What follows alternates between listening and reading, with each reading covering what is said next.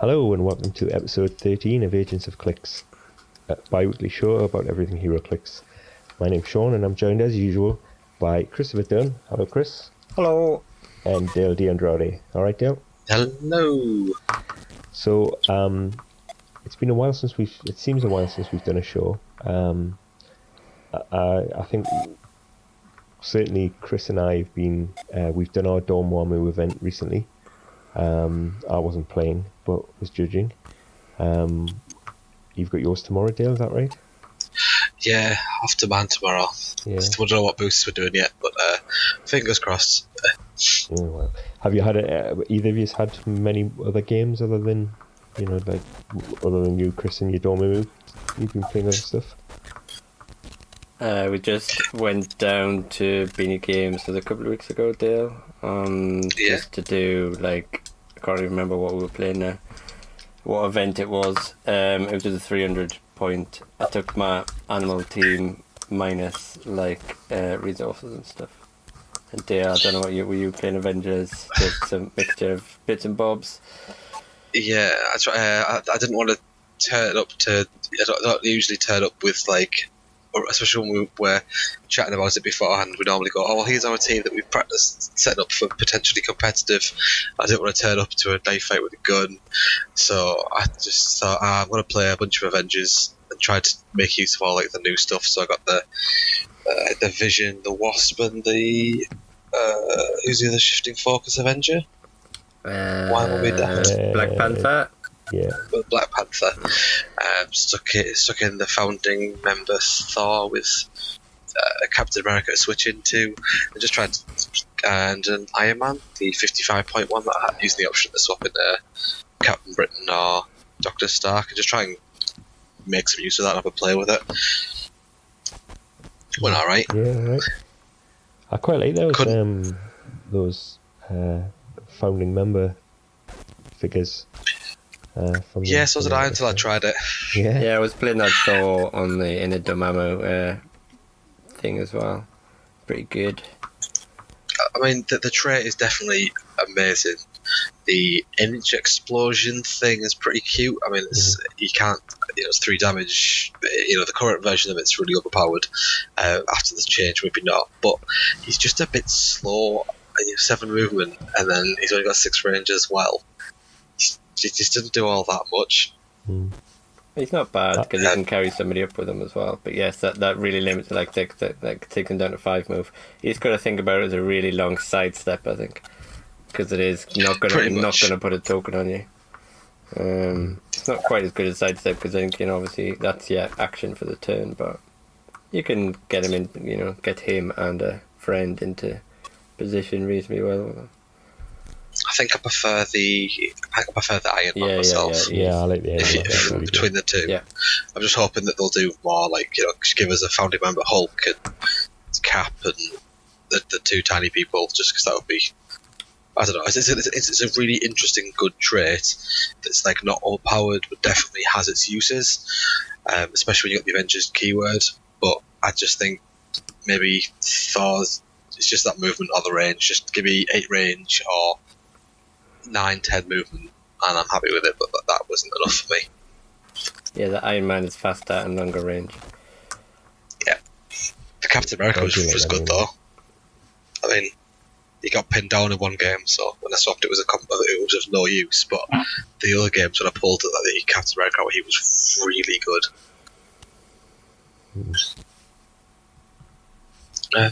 Animal team put his wrecking face as usual. Well, I beat Dale. I've struggled quite a bit against a really high defend team because he was playing Spider Knight. Sharing defense rounds. I already had a 19, and he had that really annoying 30-point TV Daredevil. So he was impossible to hit.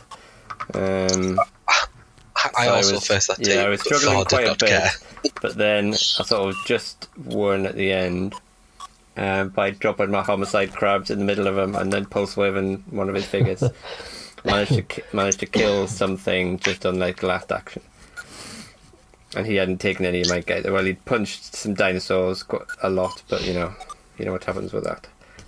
Yeah, doesn't get you very far. Nothing. No. Yeah, No, it's that was what, essentially for me. When I played against Chris, I just couldn't get anything. I mean, I think I killed one of the Gerts in the end in an old lace, but the amount of value he gets out of just calling in those pogs is insane. yeah, And he got like a critical hit pulse wave to like wipe out the remaining of my team, and I just was awful with the vision. I just didn't want to talk him up for some reason, and because of that, he basically just sidestepped very slowly up the map and just didn't do anything the whole game. I kind of I'm okay with the vision. I think he's all right. I think the best shifting focus one is the Wasp. Just being able to carry on this tiny little thing that has like a leadership. yeah. Her leadership is crazy. Yeah, And then either if you carry around as that version, then just have a sidestep, change the other version, then running shot, double incapacitate somebody. It's not like it's not game changing by any stretch, but I mean it's only 40 points, and if she gets that leadership off, it's good now. With it limited at 100 points, and I think it would be just as good, even not better, when she can potentially give your team 5 actions instead, if they keep the feel of her leadership and can then leadership up to any Avenger. Just being able to carry on this tiny person is just really handy. yeah. I haven't played her that often, but I did pull her in the Avengers Defenders War pre-release that I went to like months and months and months ago now, and she was definitely the MVP on my team, like just for that leadership alone. I think it's just a case of if there's an Avengers team where you're going to be able to play like 5 or 6 characters, I think she's definitely going to be one of them. If you're playing that in that kind of smallish swarm style team, it's just whether or not there's a kind of mid-range, really good Avenger to build on, which just isn't at the moment. No, well, I mean, yeah, you're definitely going to want to put her on a Avengers Swarm team, and Swarm teams may become a thing again, given what we're about to talk about. There's quite a lot of like low point caps as well. So if you want to go for someone who's leadership, there's a few options I think for Avengers. Yeah. There's that 50 point cap with like outwit, perplex, and leadership as well, isn't it? And there's other caps that do funky things with leadership, no doubt. I can't remember which ones they are off the top of my head, but yeah, definitely a few of them. Yeah, well, like I say, Swarm teams may become a thing again, given the results of the watch list. Which we'll move on to now, Dylan. I don't know if you want to lead off with what's been happening in news and stuff. Yeah, nice segue to the news there. Yeah. So the big things are that small little pictures we've had previewing the next Thor's picks. We've now seen the invisible plane, and the watch list. Turns out we were roughly right for the vast majority of things. The too long didn't read. Jakeem didn't change because the new rules just kill him off anyway, more or less. Goblin King lost his power cosmic if he's not 275 points, and his trait picking a power is now timed exactly the same as Jakeem's is, whereas you pick at the beginning of turn, lasts until the beginning of your next turn. Still a free action. Still a free action. Still a free action. Not, at any point. yeah. Turn, So but you lose it until the beginning of your turn. in the new rules, you won't be allowed to begin the turn. No, fair enough. The other one, not the tank, because that one's a bit more wordy. I'll go to that. What was the other figure that was watching? Oh, Faust. Faust is just gone. Yeah. Oh, hallelujah. Happy days. Thank God. Right, so he's just gone. The tank was... It now replaces your attack instead of as well as. So you attack, take your -1, you don't do your standard damage. And the damage that the tank does when it's placed to the people displaced by it is now not penetrating. I still think that's worth 8 points in certain teams. If you've got like a secondary attacker who's got a good attack but like no damage, it's still potentially worth taking. I mean, it's at the end of the day, it's 8 points. Before it was the most stupid 8 points the game's ever seen. Yeah. Now it's just a very solid 8-point choice in certain teams. If you lack, our AoE damage on swarms, still pretty good. Still get a free tank out of it at the end of the day as well. If you can make use of someone jumping into it, if you need to separate people, still good for that. You just need to. It's a bit more of a setup than just rushing your team as fast as you can forward and attacking first to drop the tank on their head. Yeah, I think for like a lot of teams you can squeeze in 8 points or generally 10 points because there's nothing to spend your 2 points on unless you're playing Supreme Intelligence and then they work out quite well. Yeah, it's just not an auto-include for everything. You won't see absolutely every team playing it, but you'll see quite a few teams, I think, because, as you say, it's just good against things like, oh, there's a Bizarre Green Arrow. I'll separate them out. Or if somebody was playing like a defend team and you just think, well, I'll just make their life a lot more complicated. So if you've got, if your team has got like 10 points left over or 8 points, then yeah, it's not a bad thing still to squeeze in. It's not like taking up a resource space or it's not an object or anything. It is a character. So yeah, I think it's what we expected, isn't it? In terms of yeah, I think I said that like it's going to have to take more than just taking it down to just a normal damage, rather than, cause I think we'd said that like that they were definitely going to do like it's not penetrating damage, but I thought they needed to do more than that, and they did. So I think at first when I saw what they did with the tank, I thought, oh, that's a bit harsh, but then that's probably because it was so broken in the first place, and now it's worth, it is still worth the 8 points, but it probably is only worth the 8 points, in my opinion. You just got to look at what else you get for that points as a character. Not like as a resource or ID cards. You just got to look at, right, what 10-point characters are there, and then most of them don't do a huge amount. You're looking at so it is certainly better than most of them, if not all. Yeah, I think you just got to worry more now about the 50 points that you're giving up by dropping it on something, because you're not like killing this whole team, which you generally, or just crippling this whole team. Or just you just got to be a bit more careful. Stacking onto the attack, so you can't like one-shot stuff with it. As used to, you shoot somebody with Nick, and then I'm doing 6 damage with Nick, and I'm doing an extra 2 with the tank on top of that. Mm-hmm. So you've just got to be a bit more careful about how you use it, I think, more than anything. Mm-hmm.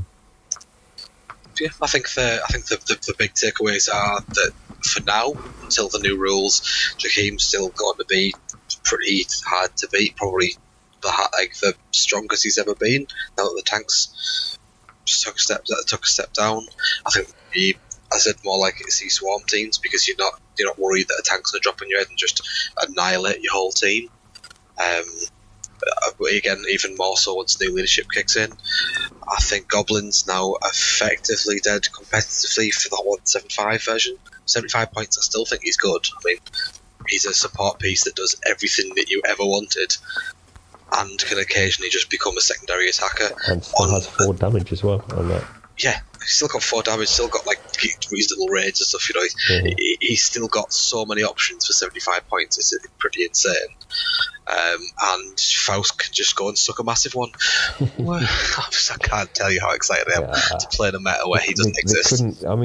Good on them for retiring him. I mean, they couldn't have really done anything else with him, I think, because like they tried before, and obviously it made very little difference to him. He still stopped you playing the game. He still wasn't fun to play against. I know one person who isn't happy about it, but that is just that one. It's just Matty. Matty's not happy. Matty loves Faust, as Chris will testify. Yeah, I think the problem is that people. I do think he makes you like rely on him. So people who have played a lot of him are now thinking, well, how am I supposed to compete now? I think actually he makes you lazy. So if you played him and you've just played him and relied on him for like 2 years or something, then suddenly if you've got to try and start thinking about a team that compete, maybe without using Jakeem, if you haven't got Jakeem, then it's you have to start playing. You have to start playing properly again. I played him. He took me to second place for my WKO when I played him. Yeah. And Matty won his WKO with him. Yeah, he did. So I still would have liked to have seen. I would like to see, because if they got the option I wanted about killing him, but I still think just replacing, putting a range or a line of sight-ish thing onto his yellow power and changing the wording from can't use free actions or whatever, can only do free actions or whatever to can't do them, would have been an interesting fix. But I still much prefer him just, he's gone. Yeah. Don't have to worry about him. That's it. It's too much. He only had like 1 year left anyway, didn't he? And then, yeah. But yeah. Yeah, but I don't want to ever play him. Yeah. Yeah. I'll play I against think him. the best. They've done the best thing, I think, and well done to them for doing it. Yeah. But from there, I think we'll step aside and just leave the watch list as it is for now. The Thor picks. So far, we've seen just a long list of figures, a lot of them carrying Thor's hammer. We've seen Groot carrying it, the Frog Thor carrying it, lots of little weapons that look like the hammers from Fear itself that seems to line up with each character. They have rarity rings. I think we've mentioned this before. It looks like they come with the corresponding figure, potentially having them equipped for free at the beginning of the game. So they always have, you take Thor and he has Mjolnir equipped, and that's what it does. And then if he dies, maybe Mjolnir falls and somebody else can try. But I like the look of a lot of them. Have you guys seen them? I do, yeah. I like the look of the Colossals. Yeah, I think they definitely got the Ms. Marvel right, with the slightly elongated look about her. Yeah. But she definitely looks cool. I like the Frost Giant as well. The Frost Giant that I saw looked quite good as well. Yeah. The sculpts do look good. There's some of the even just lower rarity ones. I think that's shown. Like, is it the Hela? How you pronounce it? That sculpt looked really nice. I think she was only uncommon. I might get that wrong, but there is some nice sculpts. I think from the pictures we've seen. And the picture that we saw of the starter set confirms that the new rules will be in that starter set. And there's a big sticker that was on a big thing for him. I think that I didn't see it because it's Captain America, but you don't get to see a full detail of it because the big rules sticker is on it. It seems like an Iron Man who's wielding a sword. Have I seen that right? I'm not sure. I can't quite find the picture at the moment, but I was pretty sure for some reason it was the Iron Man has a sword. The only one I can think of off the top of my head that stood out for me of the Giants was the Iron Man with the Iron Man suit with Rocket Raccoon inside it. And I can't get that image out of my head. Oh, cool. Yeah, I'm just having a quick look. Somebody's picked it up. But yeah, I mean, the sculpts are looking pretty good. I mean, particularly the Frog Thor. I mean, that thing is minuscule, but small. Very much is what it is. You can tell what what this thing is. He will be an animal, a flying animal. Well, tiny flying animal. Well, does he fly? He's a frog. You know what? I don't even know. Never read the book or comic book they came from. I've never had the old figure either, so I don't know.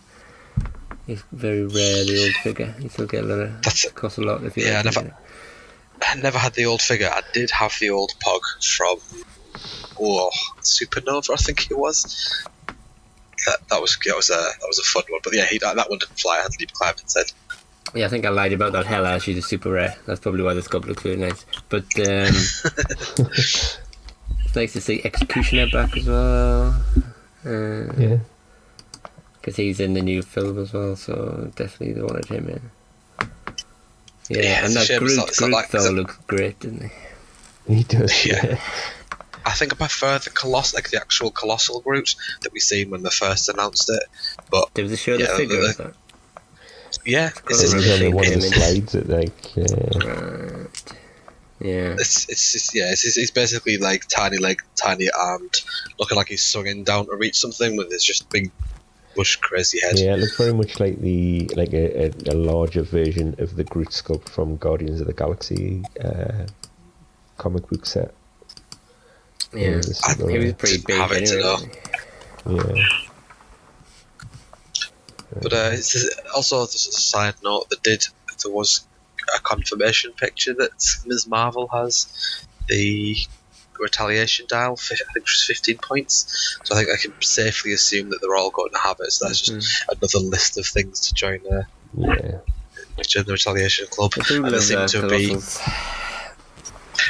They do seem to have a power creep trend on them. I think apart from the Atom, who obviously is just awesome, I think the rest of them now have slowly overshadowed by the newer versions of them.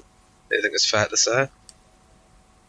Well, they do funky things because I think they've run out of like, how can we do 2 damage in a different way? So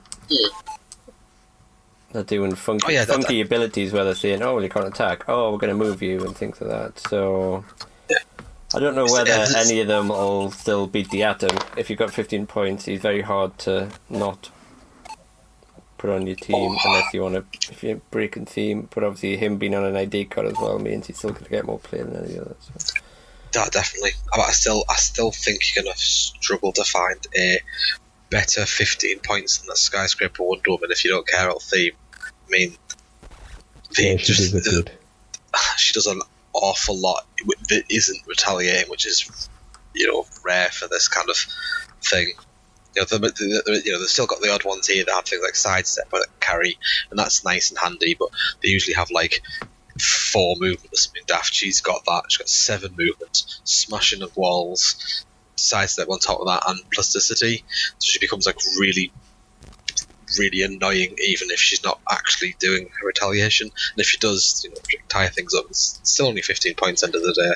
Yeah, and is her plasticity one of the ones that gives you an action token if you fail to break away as well? Yeah, and it's worded exactly as incapacitate. So it's like if you can't take a token, then you're taking 1 unavoidable damage, which isn't worded the same as incapacitate, but never mind. Is that how it's if you can't get incapacitate is penetrating damage? Are you sure? Yeah. Okay, fair enough. I've always thought it was unavoidable. That's fine. It's worded very similar. It's worded better than. But then everybody thinks, you get these people who think, oh, because incapacitate says that, then anybody that puts action tokens on you must do the same. Yeah. Nick was doing that with me the other day. Yeah, you have that conversation quite a lot. Yeah. Because there's not obviously a lot to talk about other than the sculpt so far, when we move on to the invisible plane. Yeah. Yep. I think it's nice. I like it. I want one. I'm getting one. Well, yeah, you're definitely getting one. Since you're the the other of us has to try and win stuff. You've got to pay the aim price. Yeah, well, didn't do that with the Mamo, although we might have another chance at it. Yeah. So yeah, that's it. I think I'll probably never ever play it at its dial unless I play like Amazon's, but I thought it was a bit of a shame that that it doesn't have the personalised crafts Wonder Woman trait. I mean, I was expecting that. I was expecting it to be like Amazon vehicle, but if you're playing Wonder Woman, it's okay. It can go underneath, it doesn't break theme. I was shocked that wasn't the case. But I mean, other than that, it's a pretty cheap, reasonable hypersonic piece. I mean, it's a vehicle with 14 move, 8 range, and that special attack damage power, the modified purple ray, is pretty flexible.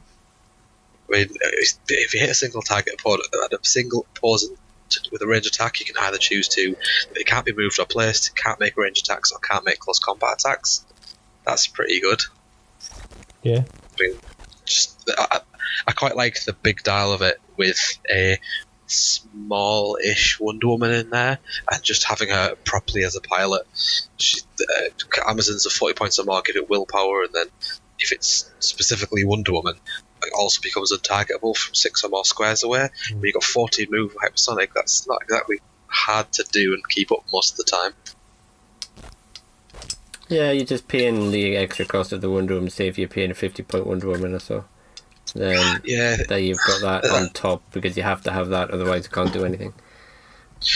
The lack of autopilot is rough. I mean, if it was an exactly 40-point Wonder Woman, I think it'd be pretty good. But Is because it 50.1? There's a 50.1, which isn't terrible. I mean, I'd rather not waste 10 points on nothing really, because she's not going to do anything except for fall out the jet once it dies, if it dies.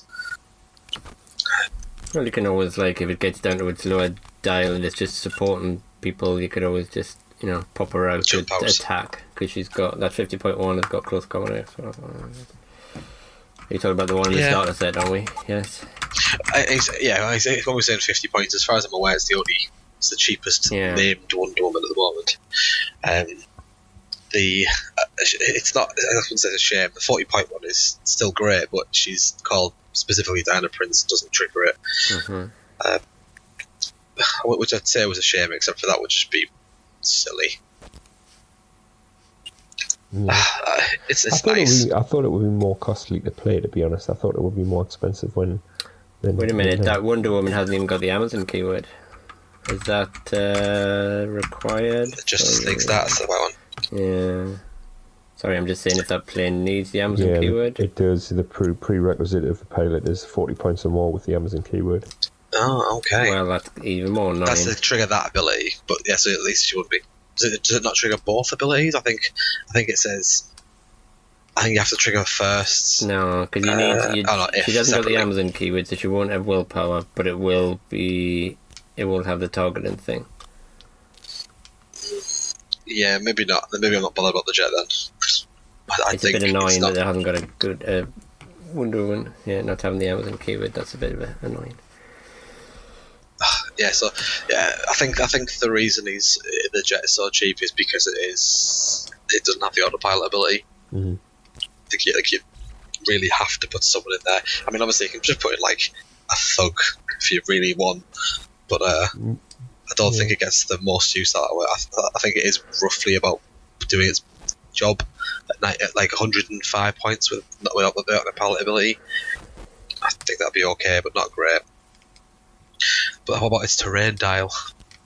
Yeah, the terrain dial is the thing I would play it at. Yeah, that's pretty good. I'm still a little confused about the actual dial itself, but its dial. That's probably just me.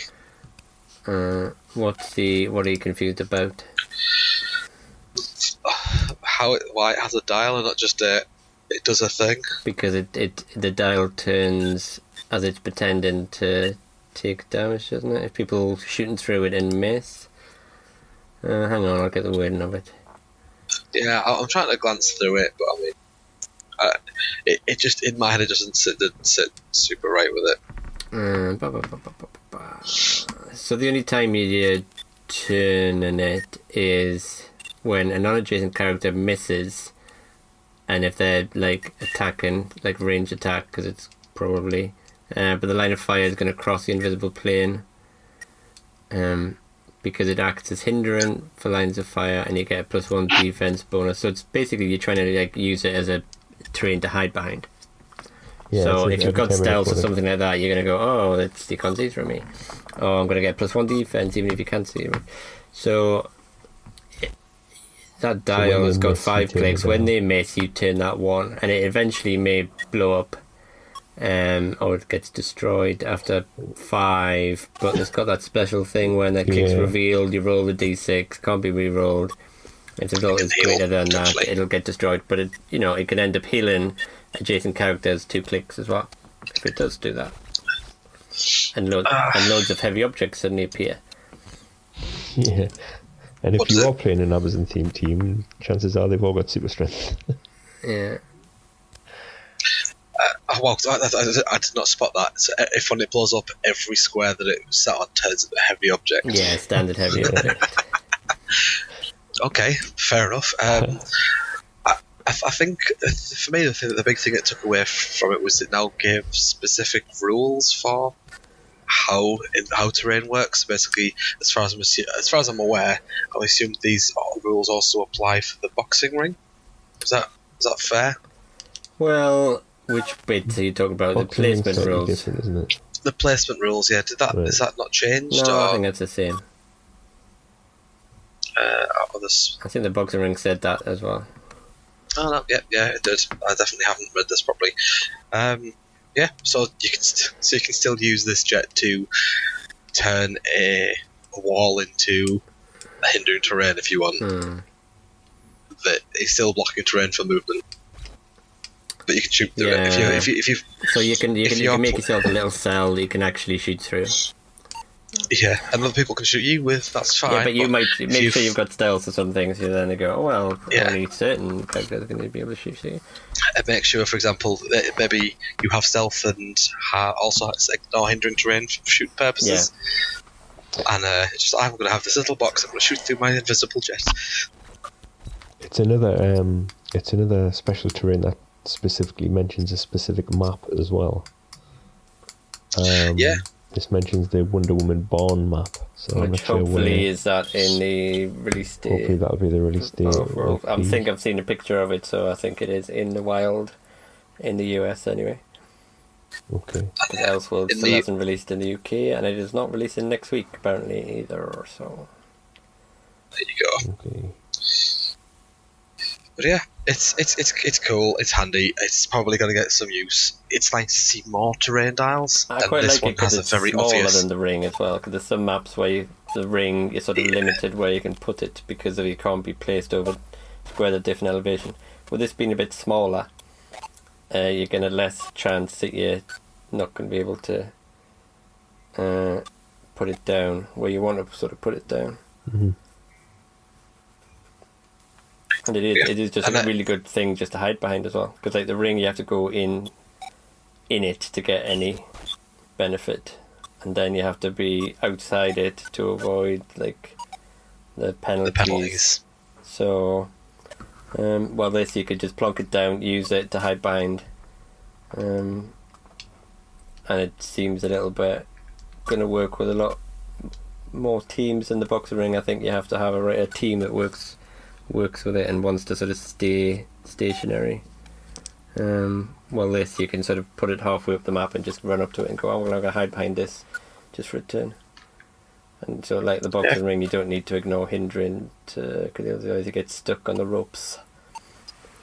I'm the more I'm looking at this terrain dial, the more I'm worried that it's pretty strong. I mean, you could literally have your character set behind it and having a firefight back and forth where you're the better team at doing it. You make sure that obviously you're better at shooting, that kind of thing. And then if you've took a hit or two, it's alright. Eventually one of us is going to miss, blow up the terrain, and funny enough I'm stood next to it, so I'm going to heal and then come get you with a heavy object, with a million heavy objects. It's not bad. It's not bad. I'll probably try and get one, but I'll try and get everything because I'm mad like that. But yeah, so is there anything else that anyone can think of on the jet before we move on to the big discussion of reviewing Elseworld? Nothing on the jet, but before we go on Elseworlds, I don't know if there's also we released on the WizKids released the solicit that the X-Men First Class set was coming out next year with more ID cards. Was that? It feels like we have not. Was that not mentioned last time? No, I don't think we did. No, we had a chat about it in the chat, but we haven't done a. Didn't bring it up. We haven't done a show since then. So. Well, there you go then. Yeah. So more ID cards. Excellent. So we took.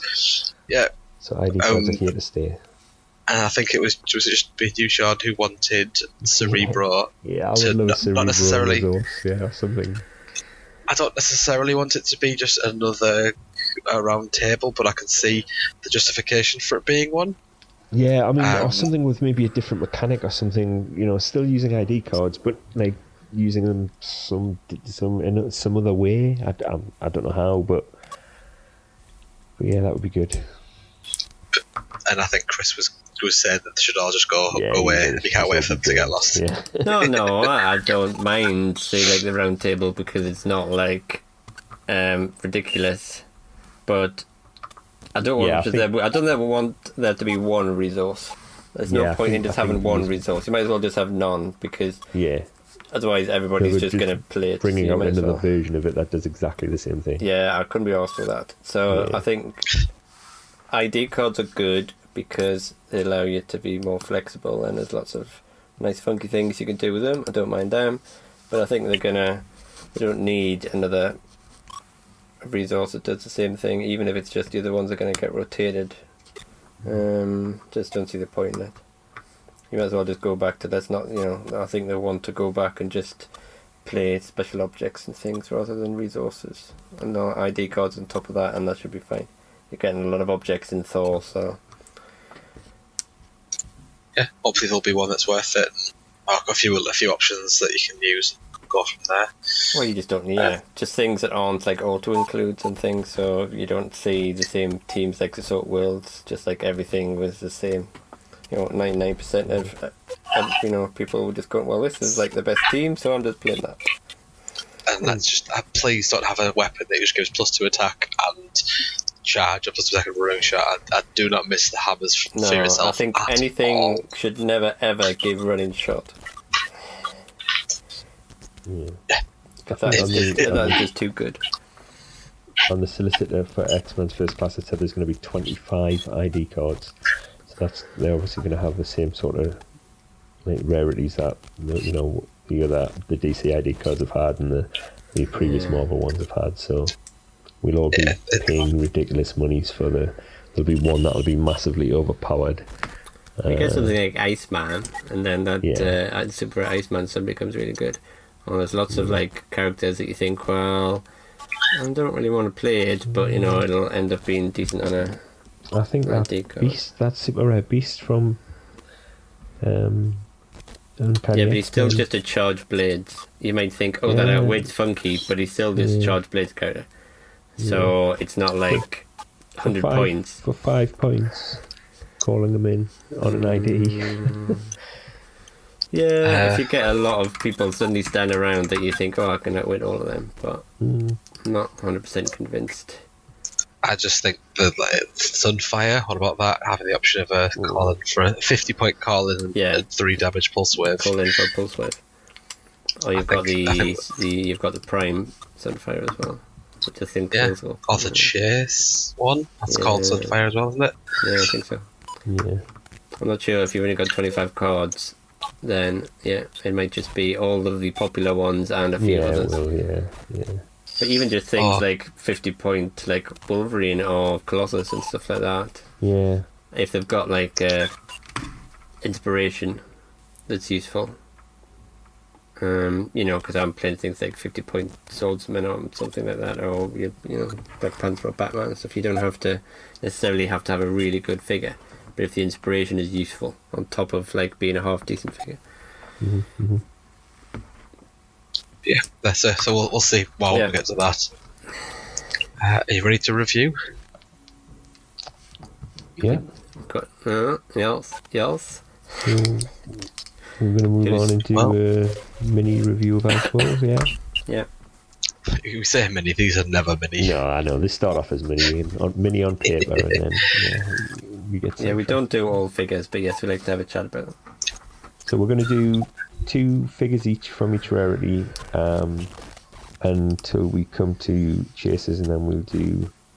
Obviously, we'll pick 1 chase each. Bearing in mind, there's only 4 chases in the set. Yeah, we'll probably talk about all of them. Let's be fair. Probably will. We will, because why leave 1 out? If we're doing 3, we may as well do the 4th one as well. So do you want to start?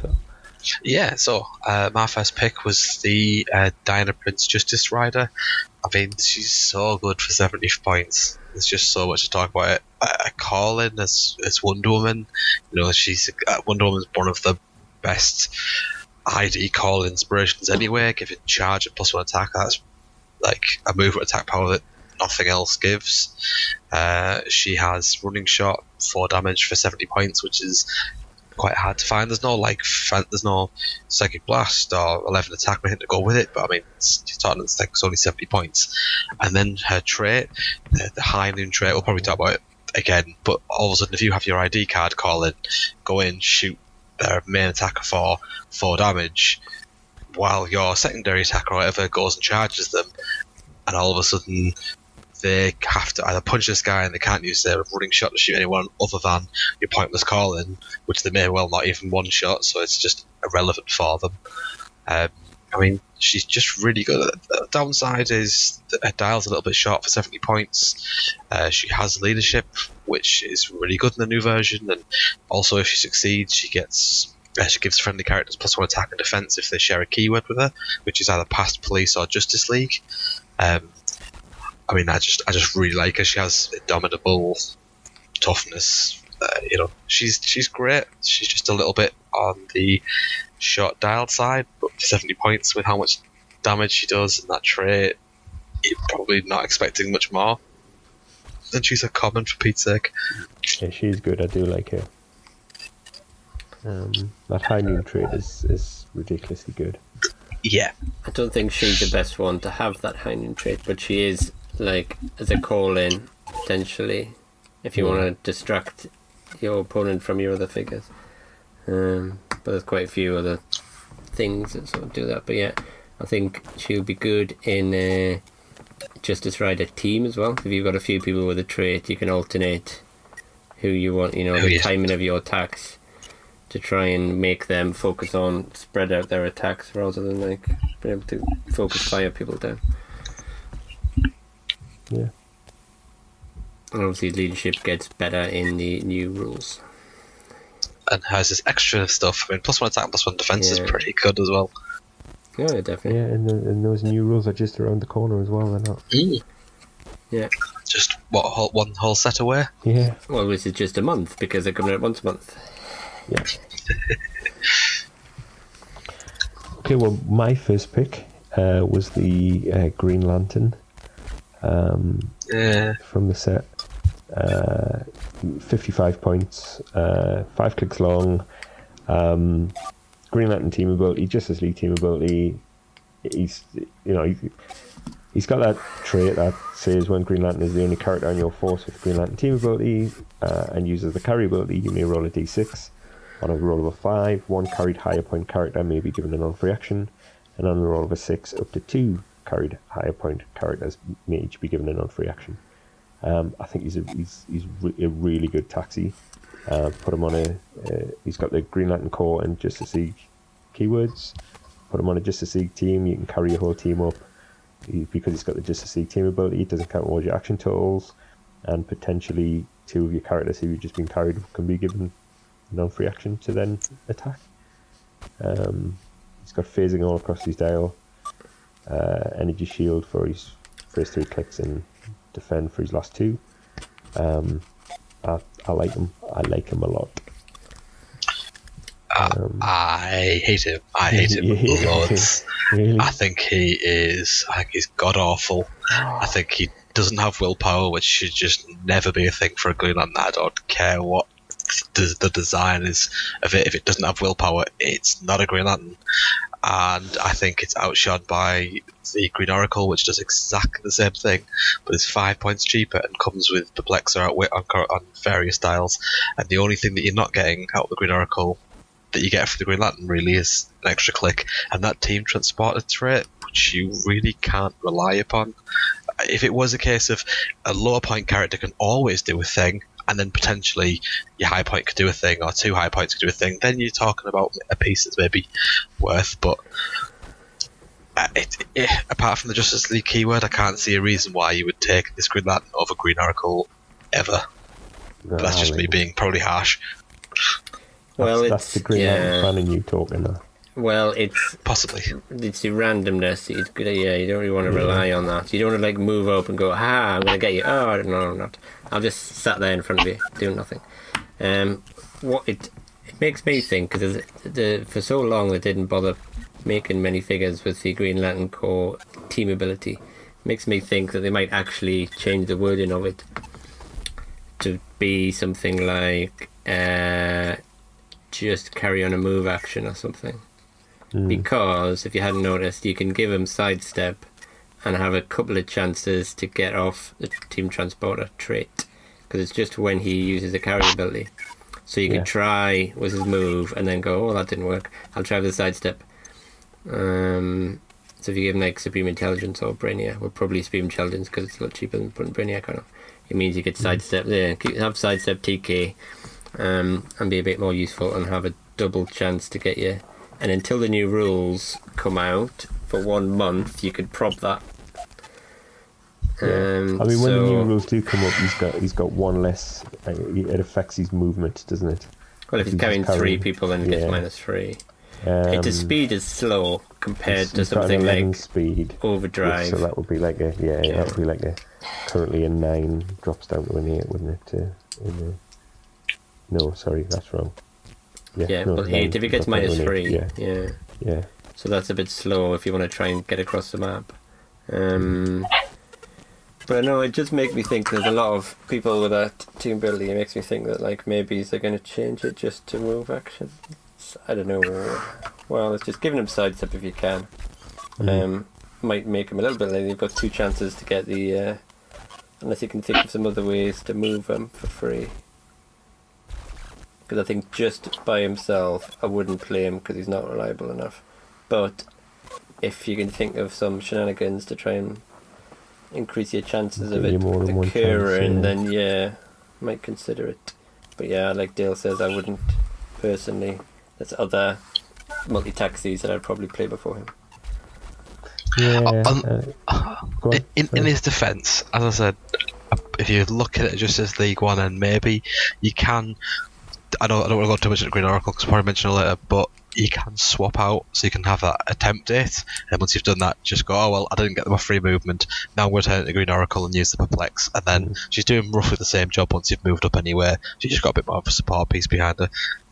Just a thing. If you've got that alternate world trade, do you mean? She does for for Oracle, Batgirl, or Green Lanterns. Yeah. But anything else? Right, have you done? Has that finished that one? That's finished that one. Yeah. Okay, me. Okay, I was gonna go for Superman, the new shifting focused one. He is basically just another. You got the shift and focus Superman, so he combos with the other ones from World's Finest set.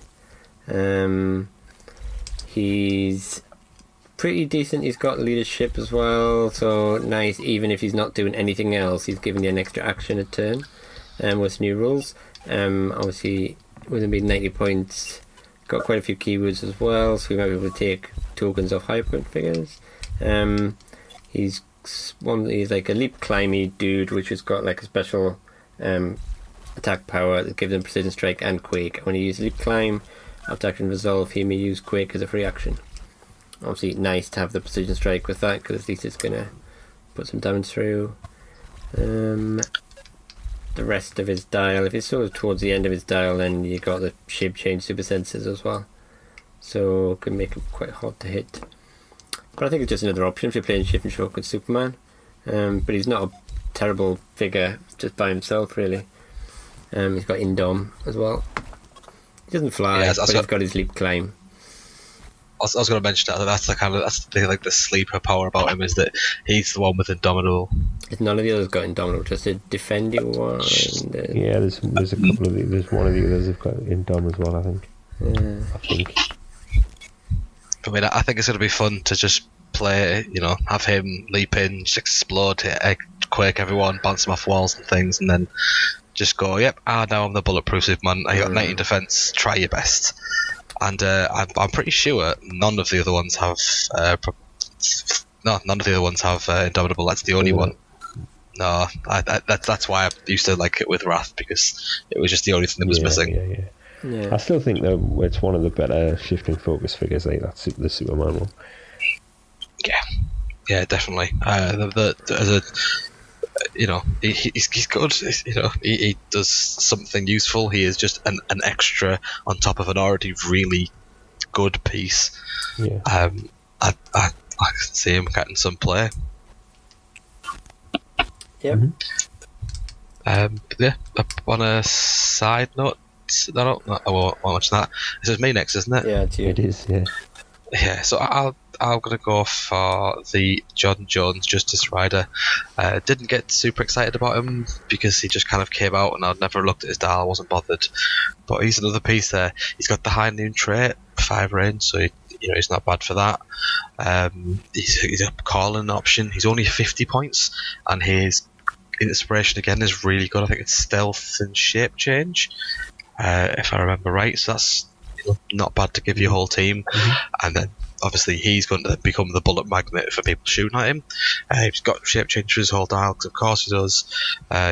His first 2 clicks have charge and plasticity. It's only 10 attack, 3 damage, but it's not terrible. Same keywords as the Wonder Woman, the Justice League Past and Police.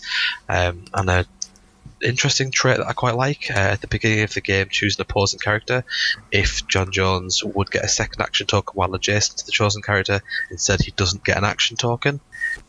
Now, as far as I know, that would mean that you could say, move up 8 squares, take your token as always, turn after that, charge the person that you've picked, hit them, you then don't get an action token, and because you haven't been given an action token that turn, you clear. The same way that the founding members get. Yeah. He's only chief, he's not exactly hard to just swat away at the end of the day. But he has got plasticity and shape change, so if he does get next to you, he's then going to be a pain. He's a very annoying little piece, and he's only 50 points, and he's got the police keyword as well, so he again fits in nicely with the other Justice Riders, because they'll all get to take advantage of that before he's got the just PD charges team ability as well, Yeah, it's cool. I like him. Yeah, he's the bounty hunter of the group, isn't he? I believe so. I think that's the point of him. Yeah, I like him. I like all the Justice Riders. I'm not super fussed on Kid Flash one. I mean, he's obviously the most broken High Noon one, but not super fussed for it. Yeah, that was me on it. Well, speaking of Kid Flash, that was my next pick. For that very reason, because he's quite broken on his High Noon trait.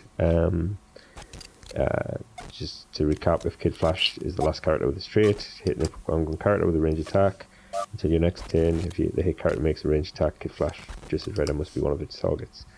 And he has a special movement on his first 3 clicks that says Kid Flash can use hypersonic speed, and when he does, he doesn't half his range value. He has a printed 6 range, so potentially hitting from 16 squares away, and then saying, right, hit me with a range attack, please. And he has energy shield with a 17. And he has energy shield with a 17 defense, so that knocks him up to a 19 defensive range. So he's I like him. It's not 60 points. I think I don't dislike him. I just, amongst the Justice Riders, I don't think he fits as well. Yeah. But his dial for 60 points is pretty mental. Yeah, so he's got that special hypersonic move for his first 3, and then drops the running shot for his last 2, and has precision strike in the middle, but energy shield all the way on his dial. So, pretty good. That's all I've got to say about that. Reach. He unfortunately cannot be called in with an ID card, though. No, because he's Wallace West. And he's Kid Flash. Yeah. Justice Rider. Which is probably done intentionally. Yeah. Just made sure that the names don't match. So my other in common is Wonder Woman. She is 003. She's pretty straightforward. She's 70 points. She starts with charge, super strength with 11 attack. She pretty much, that's all she does. She has a Mystic's team ability. She has a trait that she can use Force Blast. When she misses with a close attack, a faction resolve, she may use Force Blast as a free action. So she's a fairly straightforward, chargey, hitting you over the head with a heavy object. But she's got a little bit extra just for the Force Blast, really, and she's Mystics. She's only 5 clicks long. She's probably overshadowed by another 70-point figure, which we'll probably talk about in a bit. I thought she's fairly decent, but just a cheap Wonder Woman. Got a few keywords: Amazon, Deity, Justice League, Mystical, Trinity, and Warrior. So you can fit on a few teams. You can call her in with an ID card as well if you really want to. But just nothing special about her. But I just thought she was decent. I don't know, I quite liked her until essentially the new rules. I'll just give her the same thing anyway. I like the idea of charging a knockback and things, but because everyone's going to do that with super strength suit anyway, it's, I don't know. But she does get out of the miss as well. Yeah, she does get that is true. So she's she's never going to get. Someone is going to get knocked back. Yeah, the thing I have. She's thing never I- going to end a turn with the character she's attacked adjacent to her. Or unless it's the problem- got some way of avoiding knockback. Yeah. Or just knock it into a wall, really what do you want to do? Get an extra click of damage out of it. Yeah, I think that's the only time you've really got to want it to be the case, unless you're gonna like bounce them off a wall, or throw them off a cliff, or knock someone back towards your team, because she doesn't want them to be away. She wants to be fighting them, and I don't see any upside to it. That's mad about it. I mean, yeah, she's a good cheap Wonder Woman. I can't complain. You can fit her in the jet. Give the jet super strength until the new rules, and it won't work with hypersonic. That would be that's nice for now. I mean, I wouldn't mind paying 165 points for the length of that dial, and being able to go, well, I'll have 11 attack, 3 damage, and super strength, and once I've hit you, I can run away because I've got 14 move, and then you can't shoot me because I'm invisible. That's not bad for now, but yeah, they're ruining that. Ruined it. Okay, that's commons done then, is it? Are we on to uncommons? Yeah, we're on uncommons now. I think it was me, and if I remember right, I picked the Flash. Correct me if I'm wrong. No, I think you're right. I just wrote down what I was talking about, not what anybody else was talking about. Yeah, so as long as no one else has picked it, I went with the Flash. This is the Flashpoint Flash. Now, it's not the Flashpoint as in the recent world-altering Barry saves his mum Flashpoint. It is an older Elseworld. What if the Flash was the only superhero? And he's brilliant. He's 60 points. He is everything you expect from a 60-point-ish Flash. Shortish dial, only 4 clicks, hypersonic speed on all of them. Has a couple of clicks, super senses. Starts on 3 damage, 10 attack straight through, goes down to 2 pretty quickly. But the key, I think, the thing that makes him worth it amongst anything over any other kind of cheapish Flash is his trait. Once per game, if another friendly character within 10 squares in line of fire is hit by a ranged attack, you can place Flash in a square adjacent to that target. The attack instead misses, and then for the rest of the game, the Flash's speed value becomes 0, and he can use sidestep and outwit. So he still keeps his super senses, just can't really be his hypersonic self anymore, but can still punch people, can still has sidestep and now has outwit on top of that. He's nice. He doesn't have Justice League keywords. You're probably not going to see a lot of use of him on that, but really I think you're going to see him as a call-in. You're going to have your 60 point support piece be like, and I'll call in the Flash. The Flash will make sure he can see my tent pole, and basically my tent pole is immune to being shot for a turn. And if it does do it, then who cares? I'll just give you my Flash instead. And maybe you can get the Flash to go over and punch someone for 3 damage inside that. If not, who cares? I would pay 5 points to give someone 3 move and then make sure that they can't get shot next turn any day of the week. Yeah, I think he is going to see majority play on an ID card. Certainly how I would play him. I like him. Yeah. And what he is Barry Allen, isn't he? Yeah. He is Barry Allen. He's called the Flash anyway. So yeah. Is it Barry Allen on the ID card? It is Barry Allen on the ID. Oh, I'm not quite sure about that. You could still. I know we were building our teams around it, but I don't know if anybody else has built their team. Had a quick check beforehand. It seems only me who's done it.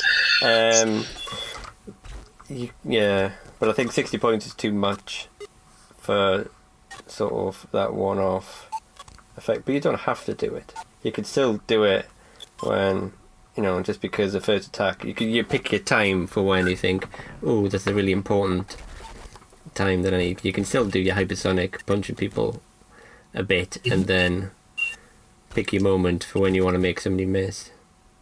I mean, you could make them miss a pulse wave or something like that because he's not actually in the initial attack or anything. So, I mean, if you want to build a team around it, just for me, it's just if you can make sure that the rest of the team fly, he's still not bad once he's been, kneecapped. Yes, he can hypersonic, but he can still punch people.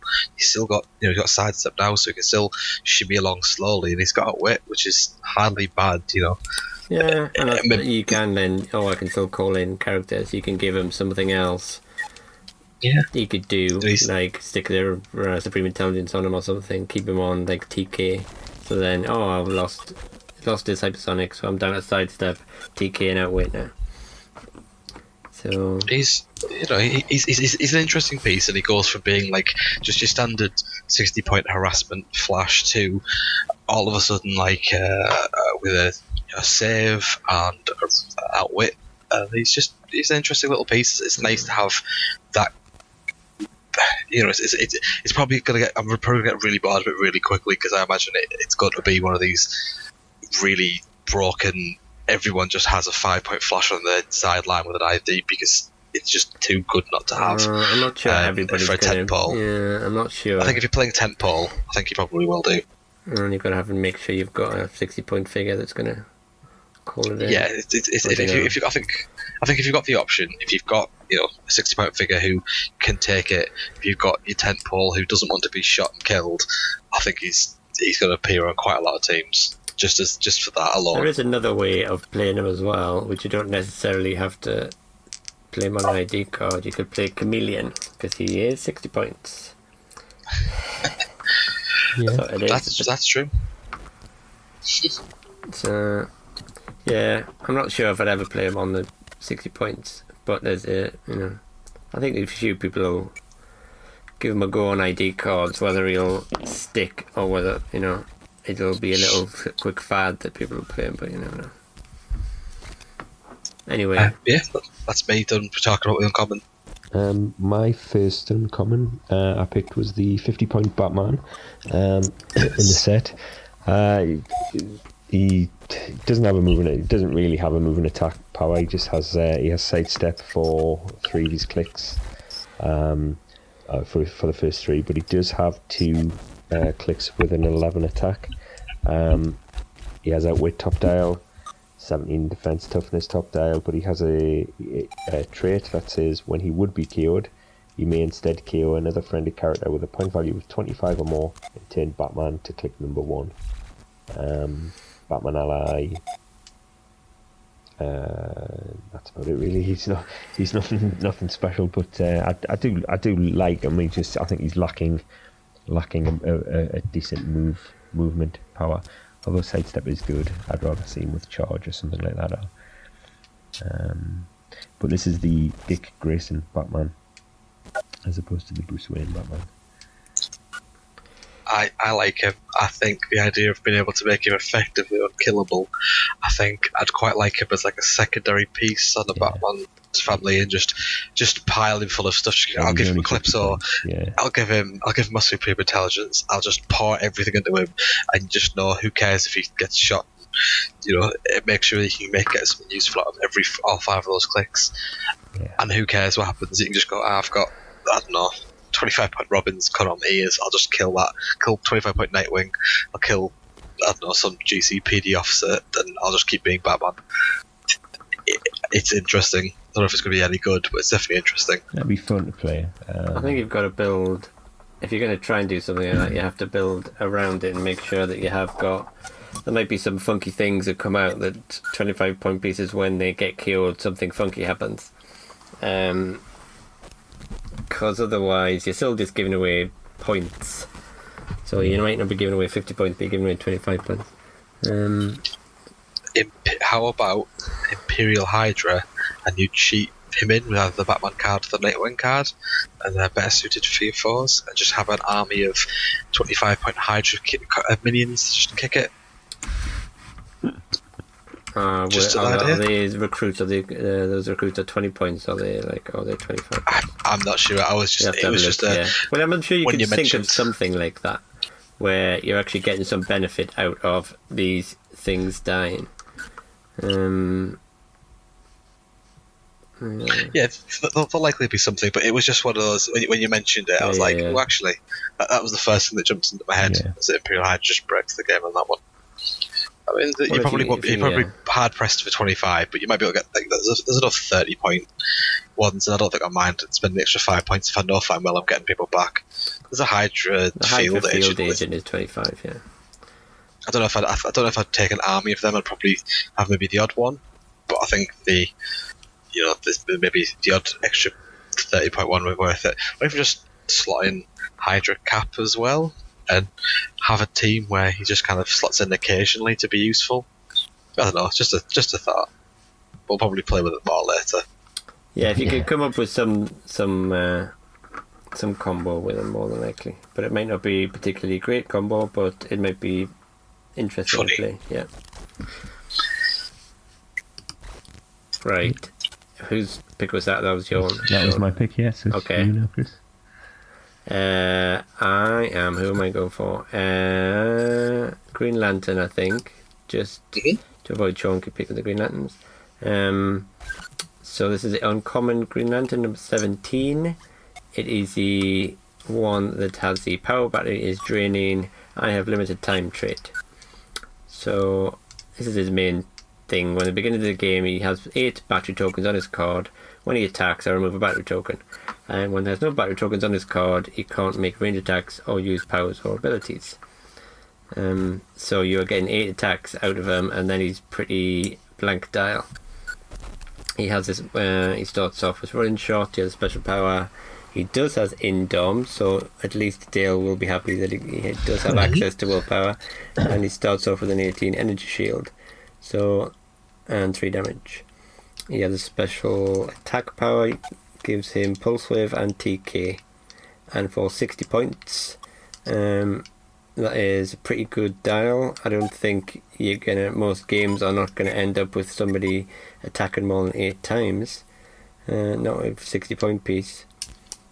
He does not have the Green Lantern team ability because that would have made him pretty broken, but he does have the JLA. So when he moves, his actions are not count towards the action totals. You won't be able to call him in with a card because it's the beginning of the game, so he won't have any battery tokens on him if you use him on an AT card, so he won't be able to use any powers or abilities or make range attacks, so he'll be fairly useless at that point. Yeah. But yeah, certainly for 60 points, he's a great cheap attacker for Justice League or Green Lantern teams,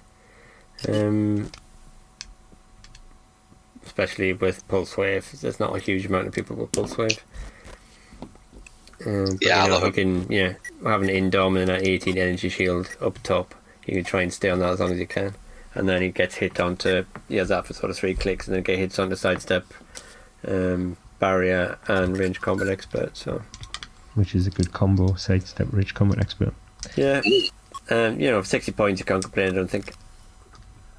No, I definitely think he's probably my favourite, like, not super rare plus kind of figure in the set. I think he's just so good for 60 points. I mean, I'd like to play more just games, not necessarily with him, just games and keep track of how many attacks everyone does to see how much 8 is. But I did think, when I was looking at it going, 8 is like a lot, especially for like a secondary attack. How many attacks are you expecting to get off with this thing?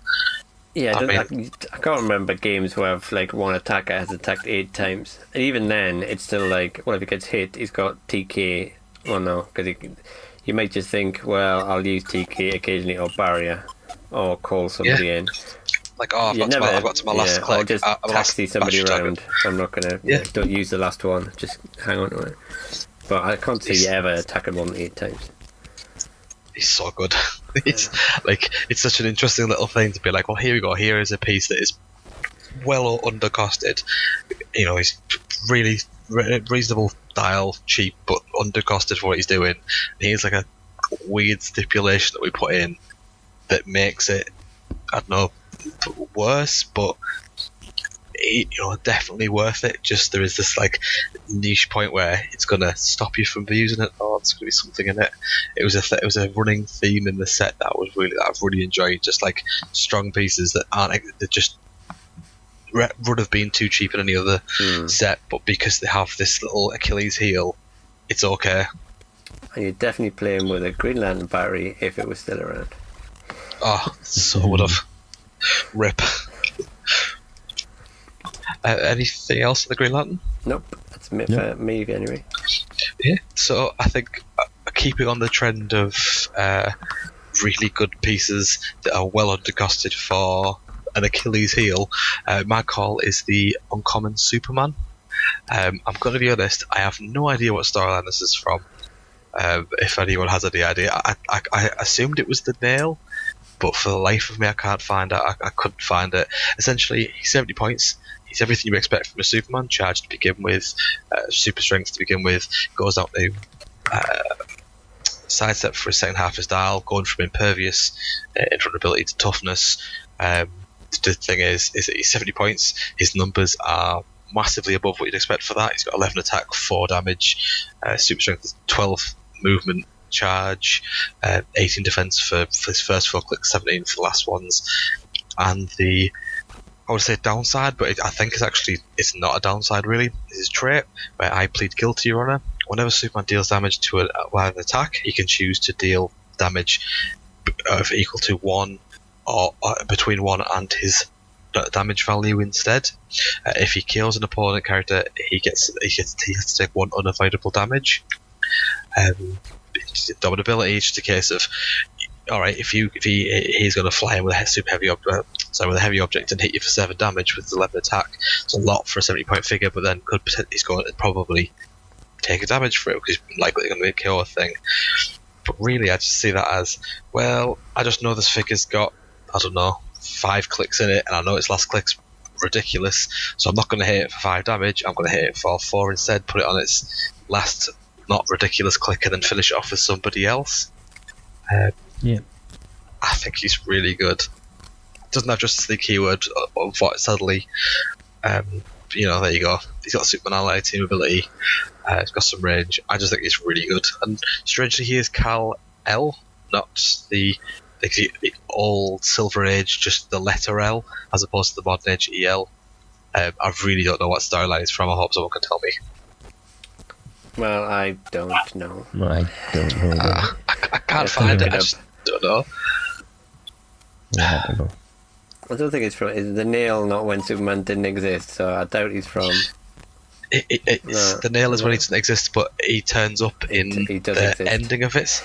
He has instead the Nail stops the Kents from finding him, but an Amish family find him instead. And then another Nail is that he's just becoming Superman and learning to deal with powers and responsibilities and not just being an Amish beardy man who hides in farms.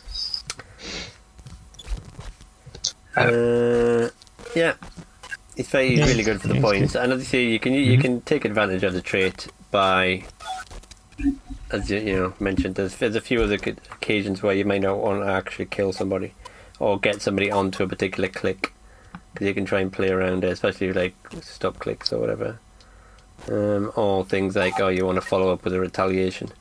So I'm going to hit you, I don't want to kill you because I'm going to smack you onto your lower defense, and then I'm going to follow up with a retaliator or something like that. There's going to be times where you want to mess around with it, and obviously if he's coming in off an ID, you're not that bothered because he's not a bad call in for a lower cost figure to call in. Yeah, I mean, for 70 points, I struggle to think of anything that can do as much damage for 70 points than the Superman. No, you'll be having to look at charge flurry pieces with like some damage bumps, really. As long as you can pick up a heavy object.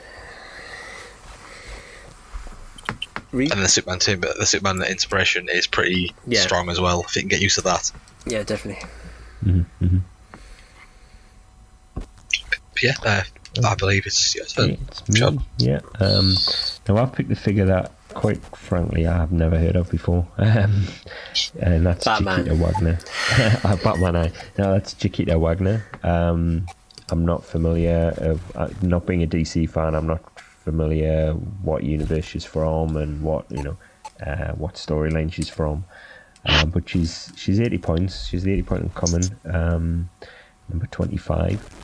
She has a special movement for her first 4 clicks that says, when Chiquita Wagner has no action tokens, she can use hypersonic speed and modifies her speed value by +2.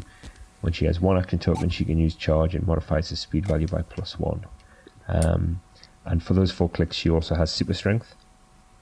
For the 2nd, 3rd, and 4th click, she has a special damage that allows her to use either Outwit or Perplex on top. I thought she was interesting.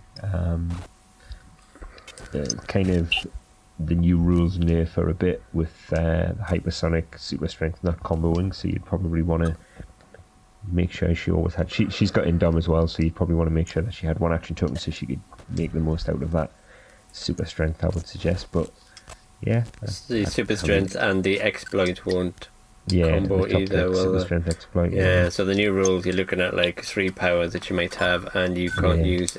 Well, you get the knockback that's say with super strength, but you can't use any of them together. So she's kind of niffed a bit with the new rules, but still only 80 points. She's not terrible. I mean, have you heard of her before? Are you familiar with her? Or? So I know she's from Planetary, but I've never read anything. Yeah, so Planetary is the same as like the Authority, where it's actually Wildstorm comics that DC bought after and then folded in. I think with the new 52, they became like part of the history of that world. But no, I don't know them. Like for myself, I just know that's where they came from. That's why you probably haven't heard of them, because they're from the comic book set that you probably wouldn't have touched. Yeah. So that was my my second uncommon pick. Down to me. Yep. I've got another Wonder Woman again. This is the uncommon one at 016. She's a bit beefier. This one. She's 110 points. She starts off with charge, and she's got a special attack power that says you can use Incapacitate and Super Strength. You're probably using the Super Strength, Incapacitate probably not so much. She has got a special damage power that says she can use Leadership. When she does, increase the result by 1 for each adjacent friendly character with the Amazon keyword. She has got Invincible, top down. She's got Indom, she's got Flight. Stats are decent. She's got a trait, she can use super senses, but only when targeted by a ranged attack. So she's a fairly just standard, chargy, punch people in the face with a heavy object Wonder Woman, but that leadership's quite nice on top of that. Especially if you're playing her in an Amazon team where you might have a couple of other people stand next to her. And she's going to make sure you hit that leadership. So she's not like too fancy, but certainly decent. 410 points. Anything else to say about her? Yeah, she's good. She's got a Justice League team ability as well, so she's good. I think she's okay. I mean, she's expensive. I was going to say if she was maybe 10 points cheaper. Well, she's, if you're comparable to other Wonder Woman, I just, having that 18 Invincible with Indom and probably super senses. Yeah, super senses on top of that. She could have just given her super strength, because I think it's a bit pointless giving her, like, if you're going to use the lasso, just going, she can use Incapacitate, and 110 point piece is never going to use Incapacitate. No, you're not. I'll give it, if you want to give it Incap, make sure it's on our last click or something. Or just say she can stick an action token on you when she hits or something like that. Yeah. Because just giving her super strength will probably get the cost down a little bit, but she's reasonably... Leadership's nice in an Amazon team. I mean, I don't think I'd play her in Justice League, but Amazon maybe. Yeah, well, I think the leadership just makes you want to do that. So if there is like a big... Well, in the new rules, it won't matter what point value they are, but just being able to take tokens off people reasonably reliably. If you've got a few people around you. You can carry you in with the jet lock and take tokens off the jet. Yeah. There's not much to say on her. Not a huge amount, but yeah, she's a solid. If you're playing sealed, you wouldn't be too disappointed about pulling her. So this is my next pick. I want to Res now, aren't we? Yeah, we are. Yeah. So I'm going to do something we don't normally do, rather than picking a figure I want to talk about because we're excited about it. We think it's great. I think we're going to pick a figure that I just detest. I think it's awful. It's the Rare Flash. This is from and either a nail or another nail, doesn't really matter. It's the same storyline for the Flash, really. It is the nail, because it's a world without Superman trait it's got. Yeah, so a world without Superman trait, +2 attack when attacking a 50 point or less character, or -1 attack when attacking 150 or more. Now that's just... Alright, so the Flash is 110 points, hypersonic for 5 clicks, 30 movement for the majority of it, 12 for the last 2, 10 attack for the first 2 clicks, 9 for the last 3, precision strike for 3 of those clicks, super senses the majority of his dial except for the last click, which is regen, outwit in the middle things, and a trait which is energy shield deflection. And when he gets shot at, when someone misses him, you can place him 3 squares away. He also ignores hindering terrain and has a Justice League team ability. But he's just awful. He's just so many more points than he needs to be for what he has. I mean, he's got 2 damage his entire dial. He has god awful attack. He just screams of what old Flashes used to be like when cards first came out. They were doing stupid stuff like giving them phasing and hypersonic speed, or just overcharging them despite the fact you can't use them together, or just never giving a Flash 3 damage because they were scared that would be overpowered, and always just giving them like 1 damage even though it would never hurt anyone. It's just, there is so much wrong with this piece. It's just like, it is awful. I hate it. Bloated. And then I don't see where they've got it, because like hypersonic, they can go for like, I look at the Joker as wild like Flash, so hypersonic mustn't be that expensive if you can pay a 35 point piece. You're looking at, well, I'll play 3 of those Flashes for this one. I mean, you can even compare it to the Flash from the inside, from the common one from this set. Yeah, it's like it's 45 points and has 3 damage on its first click. And yes, it doesn't have energy shield deflection, super senses, and that stupid movement thing, but it's got 19 defense. And I'd rather play 3 of those Flashes, and it's like what, 20 points more or something. That's 25 points more. It's like it's just awful. And I'd love to sit down with a guy who works the points out for that thing and just tell me where the other 40 points... If that was a 70 point Flash, I still wouldn't play it, but I wouldn't be mad that it existed. But at 110 points, it needs +1 damage and attack on every single click. It doesn't even have willpower, really, so a 110 point figure, you'd never want to push that. So it's like... It's just awful. I don't even...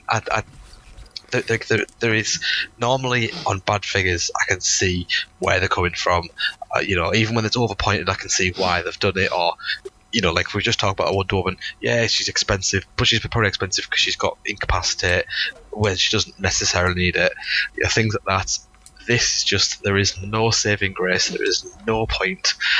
I think I've said that Wonder Woman a lot more. 110 points, you can think, right, but where have they got this point cost, and where have these points come from? Probably traded energy shield probably costs a lot of points. Potentially, I think it's probably. I think the only thing I can think of, it's literally those 3 squares away. I think because it doesn't say line of fire or anything, so it could be like through walls and stuff. But like, who cares if it's got 2 damage and it's doing anything to anyone? Really. Who gives it? Like, that's fine. I will play my 300 point list versus your 290 point list and this piece of crap. Like. That's my rant over. I have nothing else to say about it. It's just the worst pointed figure in about 10 sets. I really can't think of anything that has less use than this thing, and it's a rare slot. So I'm going to quit 5 minutes while I recover. Well, I'll move on to mine then. My first rare. I picked another planetary figure in the Drummer.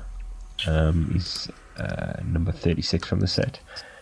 He's just a support piece. He's 40 points. He only has 4 clicks of health, sidestep all the way along his dial, really, really low, poor attack value, energy shield all the way along his dial, and 0 damage, which, but that's not what you're playing him for. You're playing him because he has a trait saying once per turn, when an opposing character within range and line of fire would use one of either Outwit, Perplex, or Probability Control during their turn, You may choose that instead. The opposing character can't use that power that turn. He has a 10 range. He has a special damage on his first 2 clicks that says once per turn the drummer can use either Outwit or Perplex. And then he has Perplex on his last 2 clicks. I think he's really quite a good cheap support piece in shutting down the use of either Outwit, Perplex or Prob for a turn. I like him. He's got Detective, Planetary and Scientist keyword. So probably going to be looking to play him on a Scientist theme team. Yeah, I like him. Thoughts? Expect your opponent to play around with a trait, so you've got to like stick him.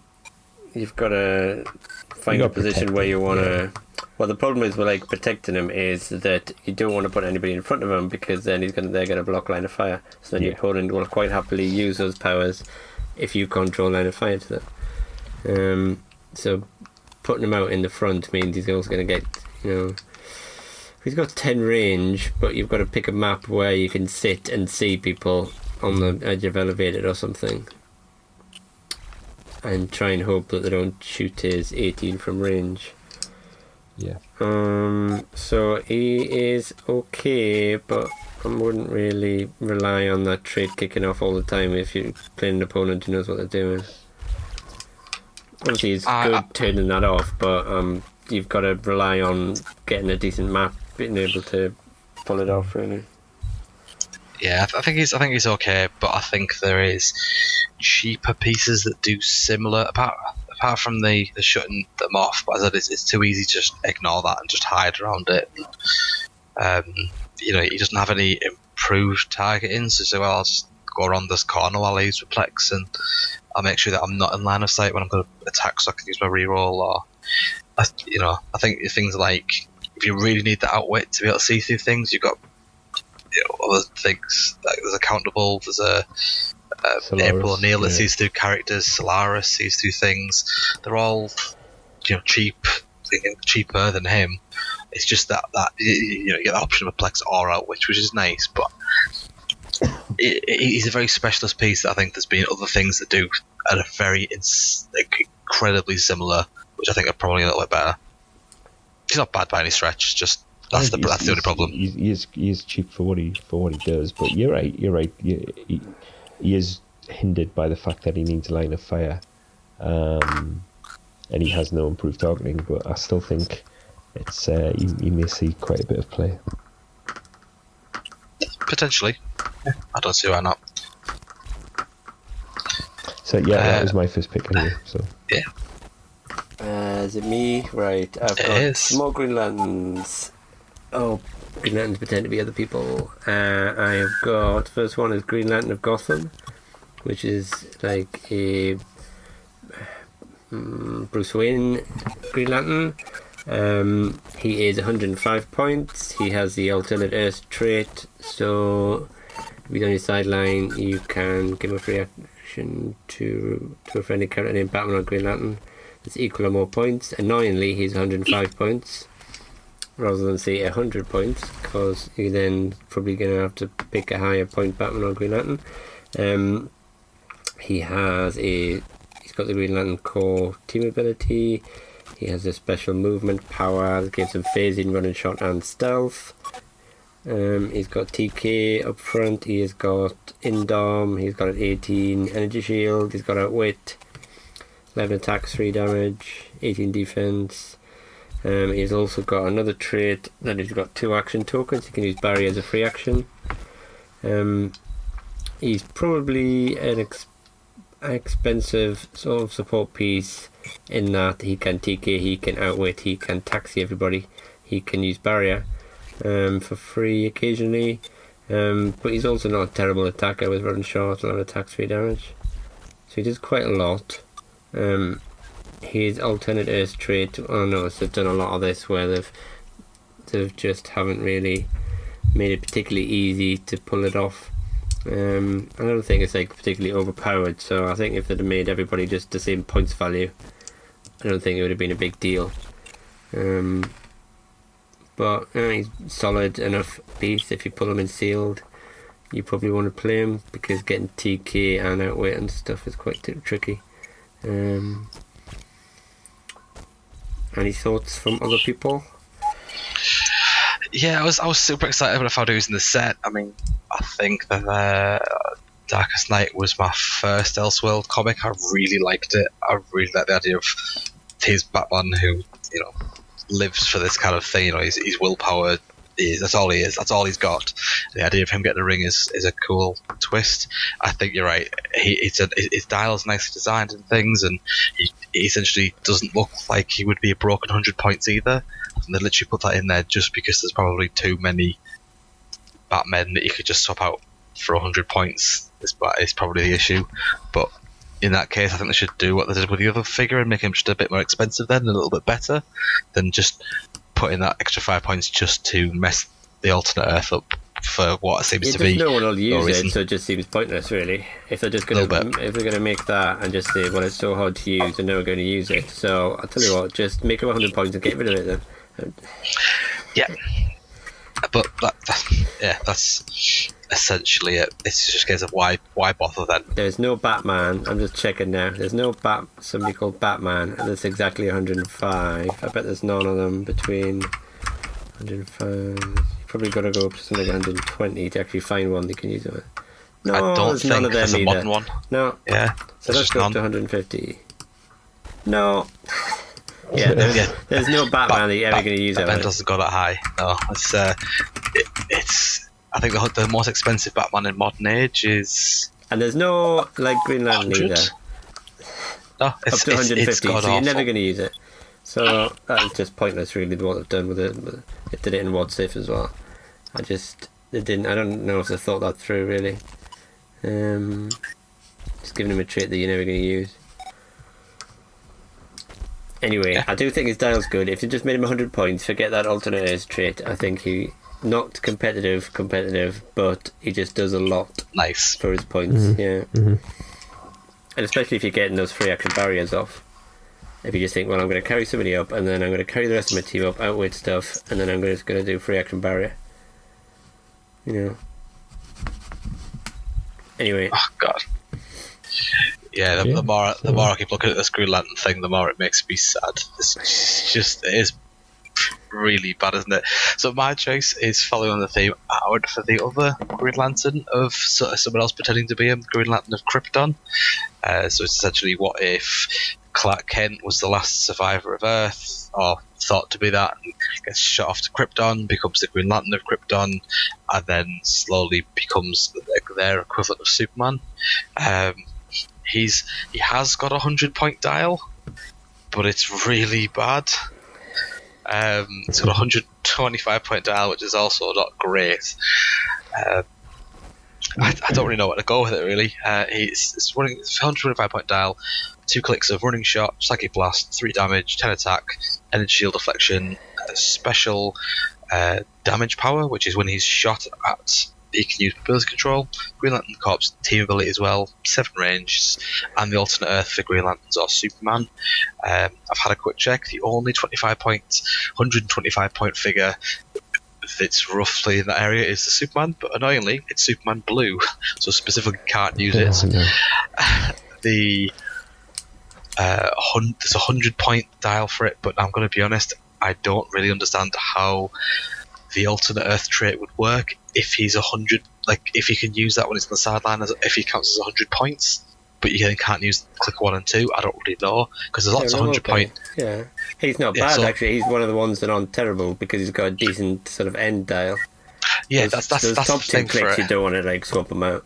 But like on his third click, or the 5th click of the figure, I think his third click's. I think a 3rd click's pretty crap. I mean, it's just his 3rd and 4th click is just sidestep and shield toughness and keeping that. I meant the 3rd click of the 100-point figure. Points. Yeah. So you never want to be on that sidestep.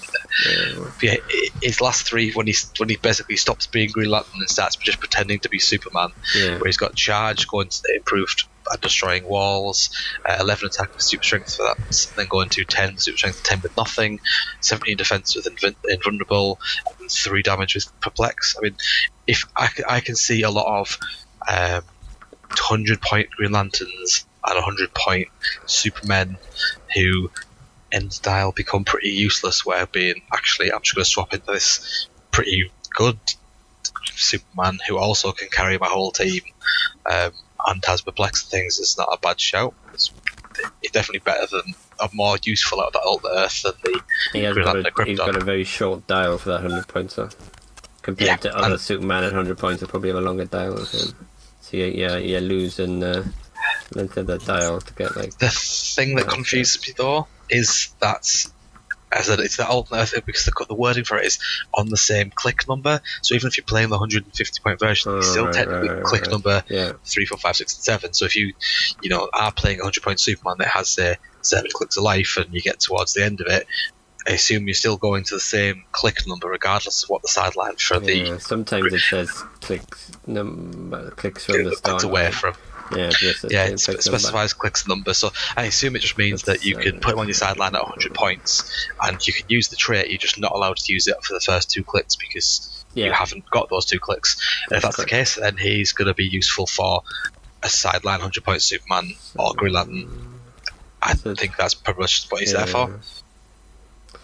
Yeah, it's not a figure that I would play apart from sticking him on the sideline, really. I don't think he's particularly good. I would rather play the Batman one because he's you've got the Superman. You've got the Superman and the Batman. The Superman and the Green Lantern from the starters that come out as well. You can swap out off, and the pair of them definitely drop off towards the end of the dials. But that's me. Okay. Me now. My last rare. I went for the Ray KC figure, rare KC figure in the set. He has 2 point values. He has his 125 point click that starts him off with running shot, precision strike, energy shield, and 4 damage. He has the same trait that the other KC figures have. We will make things right again trait, saying that his powers and abilities can only be countered by characters with the Kingdom Come team ability, and can only be modified by powers and abilities from Kingdom Come. On click 3, he goes to Sidestep Pulse Wave, Super Senses, Range Combat Expert. On his 25 point dial, I always find these 25 point powers interesting on these KC figures, albeit maybe not necessarily useful. He has the Isolated from this Violent World trait. Begins the game, place at least 6 squares from the starting area, as do all the other KCs. While on click number 11, he can't be moved to place. When he's the only character on your force and the opponent rolls crit hit, turn him to click 6, and he can heal for the rest of the game. But he has a special damage power which says, give the Ray a free action and choose an opposing character within 8 squares until your next turn. If the Ray has line of fire to that character can't make attacks. Which is really quite strong, other than the fact that he needs line of fire for that. So there's obviously ways around that. Much like the power on the drummer, he needed a line of fire. It's quite easy to get out of his line of fire. He does have 4 targets though, so that would probably be more useful at his 125 point click. I don't think I've seen a character, certainly not recently, that's got 4 lightning bolts. I don't think anyone. I genuinely don't think anyone ever has. I was even like bizarre, colossal, crazy, pieces. I don't think anyone's ever had 4 shots. I'm trying to think. One other character has had it. Sorry, I just looked it up. It was the Iron Man 3, Iron Man and Iron Patriot duo figure, and that is it. Wow. There you go then. Ray will be very sad when the new rules come out and his precision strike can only be used single target. Yeah. Oh my god, he's awful.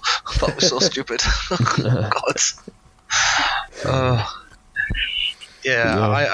I think the 25 point dial you might see. I think Justice League have got a couple of figures that do something similar in that keyword now. Mm-hmm. So there might be an option of like, I will play this like 60, 70 point little group of tiny characters who all hinder you in attacking me. See if you can, come at me and actually be able to do anything. But once you've got all these restrictions on there, I don't know how good it's going to be. But at least the sculpt's nice. Yeah, he's into the KC as well. I like the KC figures. So he will be one that I want to pick up. On that 25-point dial, he does have energy shield as well, which makes him a 28 range. But I've just realised it's pick an opposing character within 8 squares. So that's nothing to stop like the rest of the opposing team attacking. Oh yeah, and attacking him for that matter. So, just outwitting him. Yeah, yes, because just somebody will move in front of you. Oh yes, because he doesn't get that at 25. He only points. gets a trait. Yeah, he doesn't get that. We will make things right again. Trait at that point value. He only gets it at 100. I mean, you don't particularly mind spending your outwit on a 25-point figure. No. So you know if you're forcing your opponent to deal with them rather than just moving a pog in front of him and just go, well, he can't see us now, so I'm going to attack him. Yeah.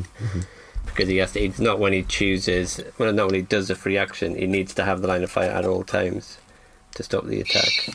He does, yeah.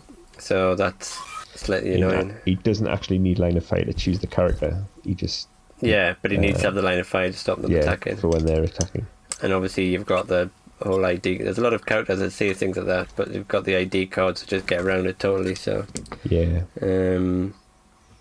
Interesting little thing, but yeah. Mm-hmm. Right. So is it me?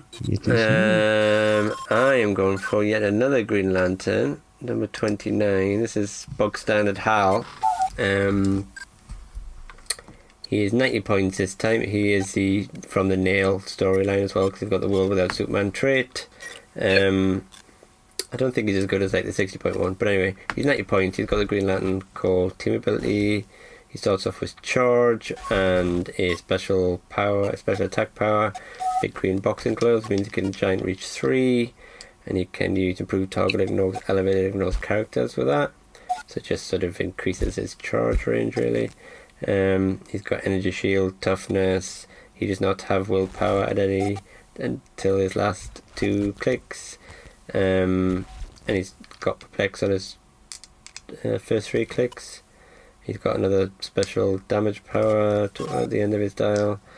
You can give him a power action, choose another friendly within 3 squares of line of fire, and that character can use invincible and gets +1 attack and damage. Beginning next turn, though, you're dealing Green Lantern 1 unavoidable damage, so even if that power is lost. He's not.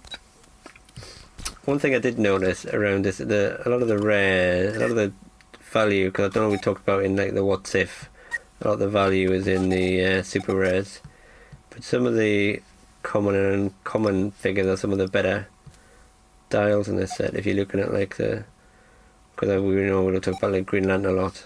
We've got common and uncommon Green Lantern are both, we've talked about.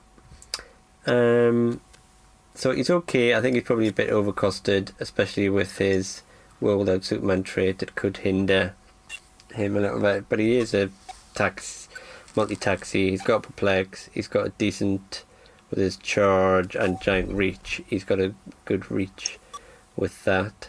And if you get him towards the end of it, getting people invincible isn't terrible, and modifying attack and damage as well. But probably could have done with being slightly cheaper. I think that's where it comes from. I think it's that World Without Superman trait actually costs, even though it's clearly like garbage. Like, why would you be spending your like 100 points or in that kind of ballpark 100-point figure? Why does the need to have 12 attack to bully the little 50-point things, and then have 9 attack on hitting the big guys who are clearly going to have like 18, 19 defense? But that I can only assume that's where the points are going. Because a lot of those figures are not great. From the Wonder Woman one, no, I don't think we're talking about. But anyway, she's not very great either. The World Without Superman trait. I think that was not terrible, but I think Batman's the best of the ones with that trait by a good million miles. But I think pretty much everyone's like just bad. It's just that trait. Just seems, I think they literally have thought, oh, this trait is interesting. It's worth 30 points or whatever on or 5 points per click, and it's just not at all. It's just not worth anything really, because most of the time it's not going to kick in. The vast majority of figures are between 50 and 150. If you gave that as a free upgrade on a character, any character, and offered me it on anyone between the point values like 75 up, I'd say no. I'd rather just not, because unless you're also one of these little small secondary attackers, you don't want to be bullying the little 50-point pieces. Like that's like your secondary attacker is there to take out the support pieces, but then they're the only people who would really make use of this trait, and none of them can, because they're all like 100-point figures. It's baffling. Yeah. But the Batman's definitely the best of the lot of them. He's not great, but he's definitely the better of the lot. Yeah. Read. Is that the rares anyway? That's I hope the so. rares out of the way, yeah. Come on then, let's get cracking. Let's go on to whiz super through the rares. super rares, yeah. So my super rare, I can't even remember who I picked first. Super rare, was it? This is Super the Wonder Woman, the Diana Prince. Just really good for 40 points. I mean, she's opposing characters within 4 squares can't use line of fire or perplex. Within line of fire can't use outwit or perplex. Doesn't have any improved tagging, which is only 40 points. Got 3 clicks of stealth, 3 clicks of combat reflexes, 3 clicks of avenge the Amazons but remember their heart, which was close combat expert and support. And the last 2 clicks are charge, 7 movement, 11 and 10 attack, and super senses for 16 damage, 16 defense and only 1 damage. But she can use swords manifested from my blade's special attack power, gives her blades cause fangs. When you give her a close combat action, and she can make a close combat attack hitting or attacking every character within 2 squares in line of fire. I mean, for 40 points, that's a lot, even just to keep. She's again Justice League, Amazon, has Detective and Scientist, which are 2 interesting keywords to get another cheap figure for. And I mean, I just think she's standout good, because for 40 points she's a really good, solid piece. But I think she stands out as an ID calling again. She has the real name Diana Prince, so it does work with the Wonder Woman ID card. Is the cheapest way I've seen of giving, your big whopping hefty, Venom Hulk charge for 40 points. And when she does come out, she can, support. There's pretty much no one that you can call and that can support at reasonable points, and she's an interesting one. And even if she can't, she's 40 points, she can potentially do 4 damage with a close combat expert instead, and has a strange protection kind of thing for outwit and perplex. She's just really good for 40 points. Definitely my favourite super rare in the set by a long shot. Yeah. Anyone else? Yeah. She's I've been taking it like on a teleported team as well, if you just want the inspiration, and if you've got like a lot of the other Wonder Woman might be like more expensive, although we have got a few cheaper ones here. But I think the support, as well as you see, there's very few leg figures have that top dial on ID cards nowadays. So yeah, she was only got a 10 attack, but if you're not trying to hit a high defense, and even if you just go, well, I'll have +1/+1 with a close combat expert, 11/3 for 40 points. I'm just getting that inspiration, which is probably what you're paying for. Since it's only since the Hulk has gone, it's only Wonder Woman who's got like the give out charge. She's actually the only ideable supporter by the looks of it. I double checked that because I was pretty sure can't it's think of right. anything else apart from like Nightwing dropping the Tony Zuko Pog. But I think that's the only other way of getting it. Else. But that is an expensive way. It used to be Trinity War Batman that you did that with. Yeah. Yeah. So me now, yeah? Yes. I've gone for Al Jordan, the super rare Al Jordan, who's like the genie of the lamp, kind of from the 1001. Is it Knights? 1001 Knights of the Empire. Yeah, the Empires. He's another pick a power figure. He has a trait, genie of the lamp. Give Al Jordan, I think that name is hilarious, a free action and choose a standard power and choose one of the following: wing symbol, dolphin symbol, giant symbol, or tiny symbol. Al Jordan can use the chosen power and has the chosen symbol until your next turn. He's 90 points, as I've said. He has a special damage. Al Jordan can use Perplex, and if he uses Perplex to modify the same character and the same value as he did during your last turn, he can modify it by +2 or -2 instead. Sidestep pretty much all the way along his dial except for his last click where he picks up phasing. Energy shield on his top 2 clicks with an 18 printed. Then drops the barrier, then regen, and he has that special damage on his first 3 clicks. Green Lantern Core, Past, Ruler, and Mystical Keyword. Yeah, I thought he looked interesting. Yeah, for me, I think he is a really well-designed piece. I think that's really interesting to have a sidestep and then the option of being able to, well, I'm going to be able to carry any standard piece by going giant, or I'm going to then get carried by said piece by turning tiny. And I like the Perplex, where it's like, well, I can say I can Perplex damage now, even though I'm not going to be able to do it on this character, but next turn I can Plex it again and it basically sticks. That's really cute. I unfortunately think his dial's too short, and he's too expensive. I think it's one of those two. He's too easy to kill and too many points to be a support piece, which is basically more or less all he's going to be. But he does have Indome deal, so that'll He does. It does. It's just frustrating. I know it doesn't make any sense giving a Green Lantern, not giving a Green Lantern willpower. But I like him. I just wish he was either something like 70 points, or maybe a little bit more expensive and have a couple more clicks in him. But we've seen loads of pick a standard power, and it's not that great unless you can pick 2. Yeah. But I mean, he's nice. I like the fact that his is, pick a power and a symbol, an ability, anything. I quite like that. I thought he looked interesting. It'd be fun to play. I legitimately cannot wait for the day that I play that piece, or somebody else plays a piece and actually goes, yes, I will have the dolphin symbol, please. That is super useful. Yeah. It's never going to happen. You might as well just give the wing symbol. Yep. Unless you want to get carried, I suppose. But then, why are you picking the dolphin symbol if you're getting carried? I'm sure there's some maps that it might benefit you on.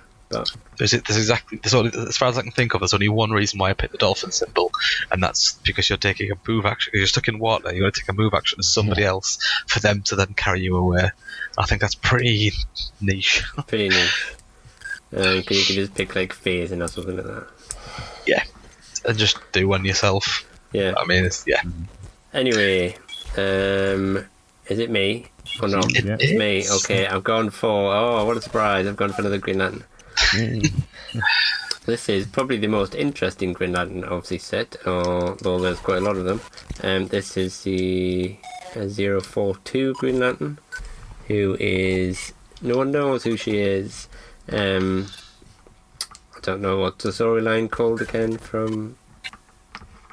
I will remember... Can't remember. Anyway, she's the one with just 0 attack and 0 damage, with phasing for 4 clicks and willpower for 4 clicks.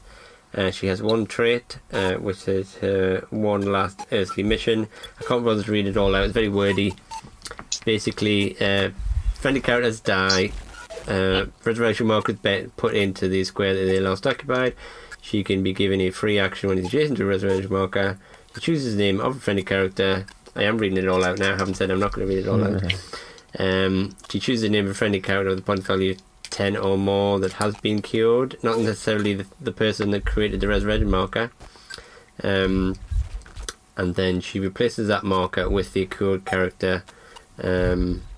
She gets an action token if possible. And you choose a click on the character's dial, and they can come in on that click, and at the beginning of your next turn you remove that character from the game, but don't score it. So it's a very wordy trait. She has 45 points. That is basically all she's going to be doing, unless you give her something else on top. But she hasn't got flight or anything. She hasn't got the Green Lantern core, so she's going to be carrying, taxing anybody around. So it's a very interesting trait, and you're really going to have to build a team around it to get anything out of it.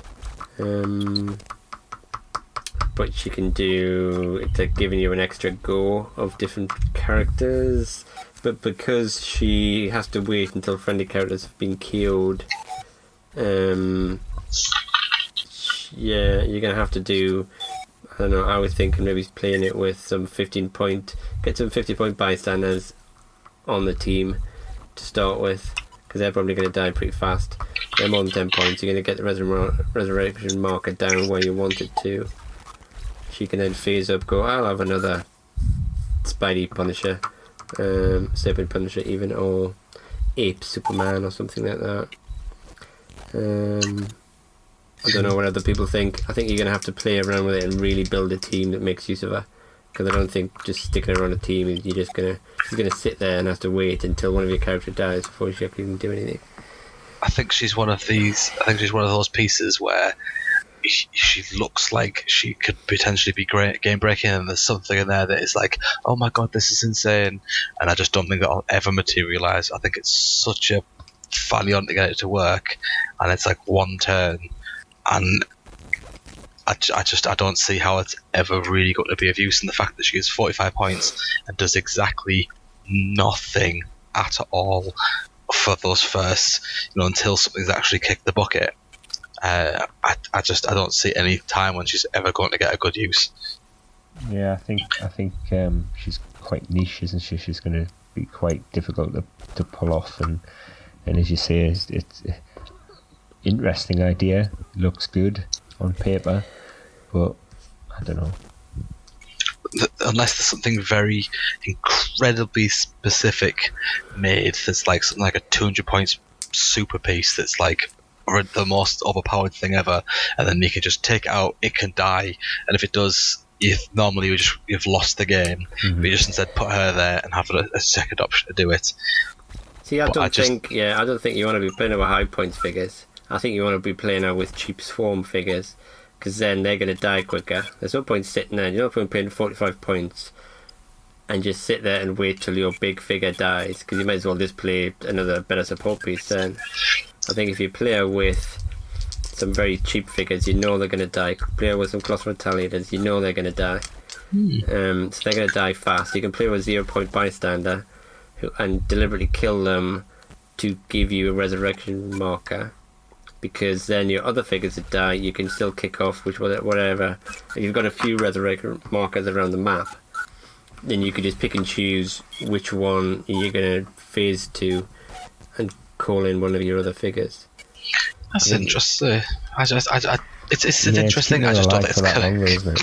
Yeah, but you can sit her at the back and just hide her, and then I've got 12 phasing, so I'll just sit there and do bugger all, really. It's a free action once she's got up, and I'll so just phase up, just call in whoever, whatever these markers, because I've created a few of them around the map, and then I'm going to call in whoever. But yeah, there's a lot of setup involved in that, and things that can go wrong.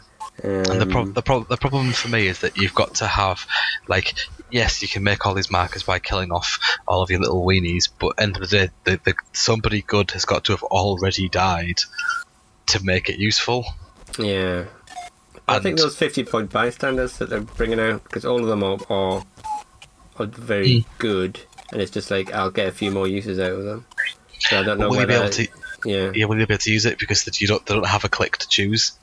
Well, they're not choosing click numbers, and they're not saying like turn them to the last non-KO click.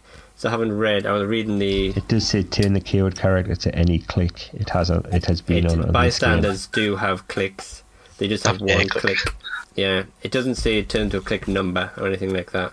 So I think bystanders you can use it with. having read the clarification on bystanders, I do think it does work with bystanders. And I think at least you could just go, well, I'm going to... That makes it more useful, doesn't it? Yeah, I'm going to throw some Spideys at you that are 15 points. You're going to have to kill them, because otherwise they'll be punching you. So is there a cheap mystic who has like a god click in there? I'm trying to think of one to try and make a theme team of, like, because I think mystical is a pretty good keyword for lots of really good cheap figures. I'm just struggling to find the one figure I would like to just keep calling back in if I can't use those little weenie pugs. Probably not. And plus you have to get them killed as well. I think it's a point that you have to get them killed. So you do not want to do it with high point figures, because you probably lost the game by that point. I don't know. How about... See, this is an interesting one. See, this is one that we should have team building exercises for, because there's hours you can pour into this. I'm thinking, what about taking something like the Superman ape pog, it's the Punisher one, and killing and using Devil Dinosaur to make a bunch of pogs to then do a thing to then push themselves to death, and then all of a sudden you've got loads of places to put them, and you can push and kill your pog, pretty swiftly, and then just have her pop over. You don't need to push and kill it. You just runs and attacks you, makes your opponent kill it. Really. Yeah, just wildly go in there and just flail until they inevitably go and kill it, and then there you go. It's just it's one of those things. I don't know. I think there's a lot you can think of for it, but as I said, I think it's never going to see competitive play unless somebody breaks it, and then I think it's going to be one of those things where if someone does finally make a competitive use for it, it will get watchlisted and right into hell. I don't think it'll ever get that far, because there's nothing. I think it probably lends itself to higher point games, maybe it's more than 300 points, because it is a chunkier point. It's sat there doing nothing. So at least it's a smaller percentage of your team if you start looking at 400 or 500 points, more casual games. Because then you can maybe just sit there and just have some normal figures. I think when you have to specifically build around it, it becomes much more likely your plans are not going to work out. Anyway. It's very interesting. Let's crack on. The office time's getting on. Is it back to me? Yeah. Yeah. My next one's pretty quick. It's just Sinestro. Again, I really liked the Emerald Knights in the Darkest Night Elseworld. He's 140 points, which means you can swap him in and out there is a Joker you can swap for. The holiday joke, the killing joke. That one is cute. I imagine there's an 80.1 or the potential for 80.1 to come out. Highlights are that he has traded Perplex that you can only use downwards, like the old Sinestro cars. He alternate Earth, Sinestro and Joker. His first click has Pulse Wave and Green Lantern team ability. 11 attack, 4 damage with a opposing special damage power of opposing Batman Family, Gotham City or Green Lantern keyword characters lose the attack, and if they're attacking him, modify it by another 1, which means that if you're kind of going mono in mono with, say, a Batman, you can just go, well, you've got -3 attack, lose a Plex on you, you're going to hit me, I've got the effect of 21 defense. He doesn't have willpower, but I can live with that. He does have the Green Lantern Corps keyword though, which I think is nice but strange. And his 80-point dial is okay. It's mind control, TK, and that ultimate there is this one. I don't think the 80-point one's ever going to be worth it. Although he's got 11 attack and the Batman enemy team ability, but I like the 141 for like daft games. He's just nice. It's good in sealed because there's an awful lot of those keywords. Yeah. In the set, there's an awful lot of Batman Family and Green Lantern Corps. But a few Gotham City as well. So and Pulse Wave is always nice. I mean, 11 attack, 4 damage. Pulse Wave is always good. Especially when you can drop the defense down before you do it. with the perplex, and because it's your perplex, then it's gonna still hang around. Or he's a tricky one that you can perplex down your own range and pulse wave to make sure that you get just the one person. Doesn't say it can only be at opponents, just it can only go down. Perplex combat values. Yes. Your range is 6. Half your range. You do your place modifier and then half. 5. So it'll be the same. It'll be 3. Yeah, I thought 3. I thought it was half not. and then modify. No, it's replace and pulse wave modify then difference. half. Isn't it? Okay.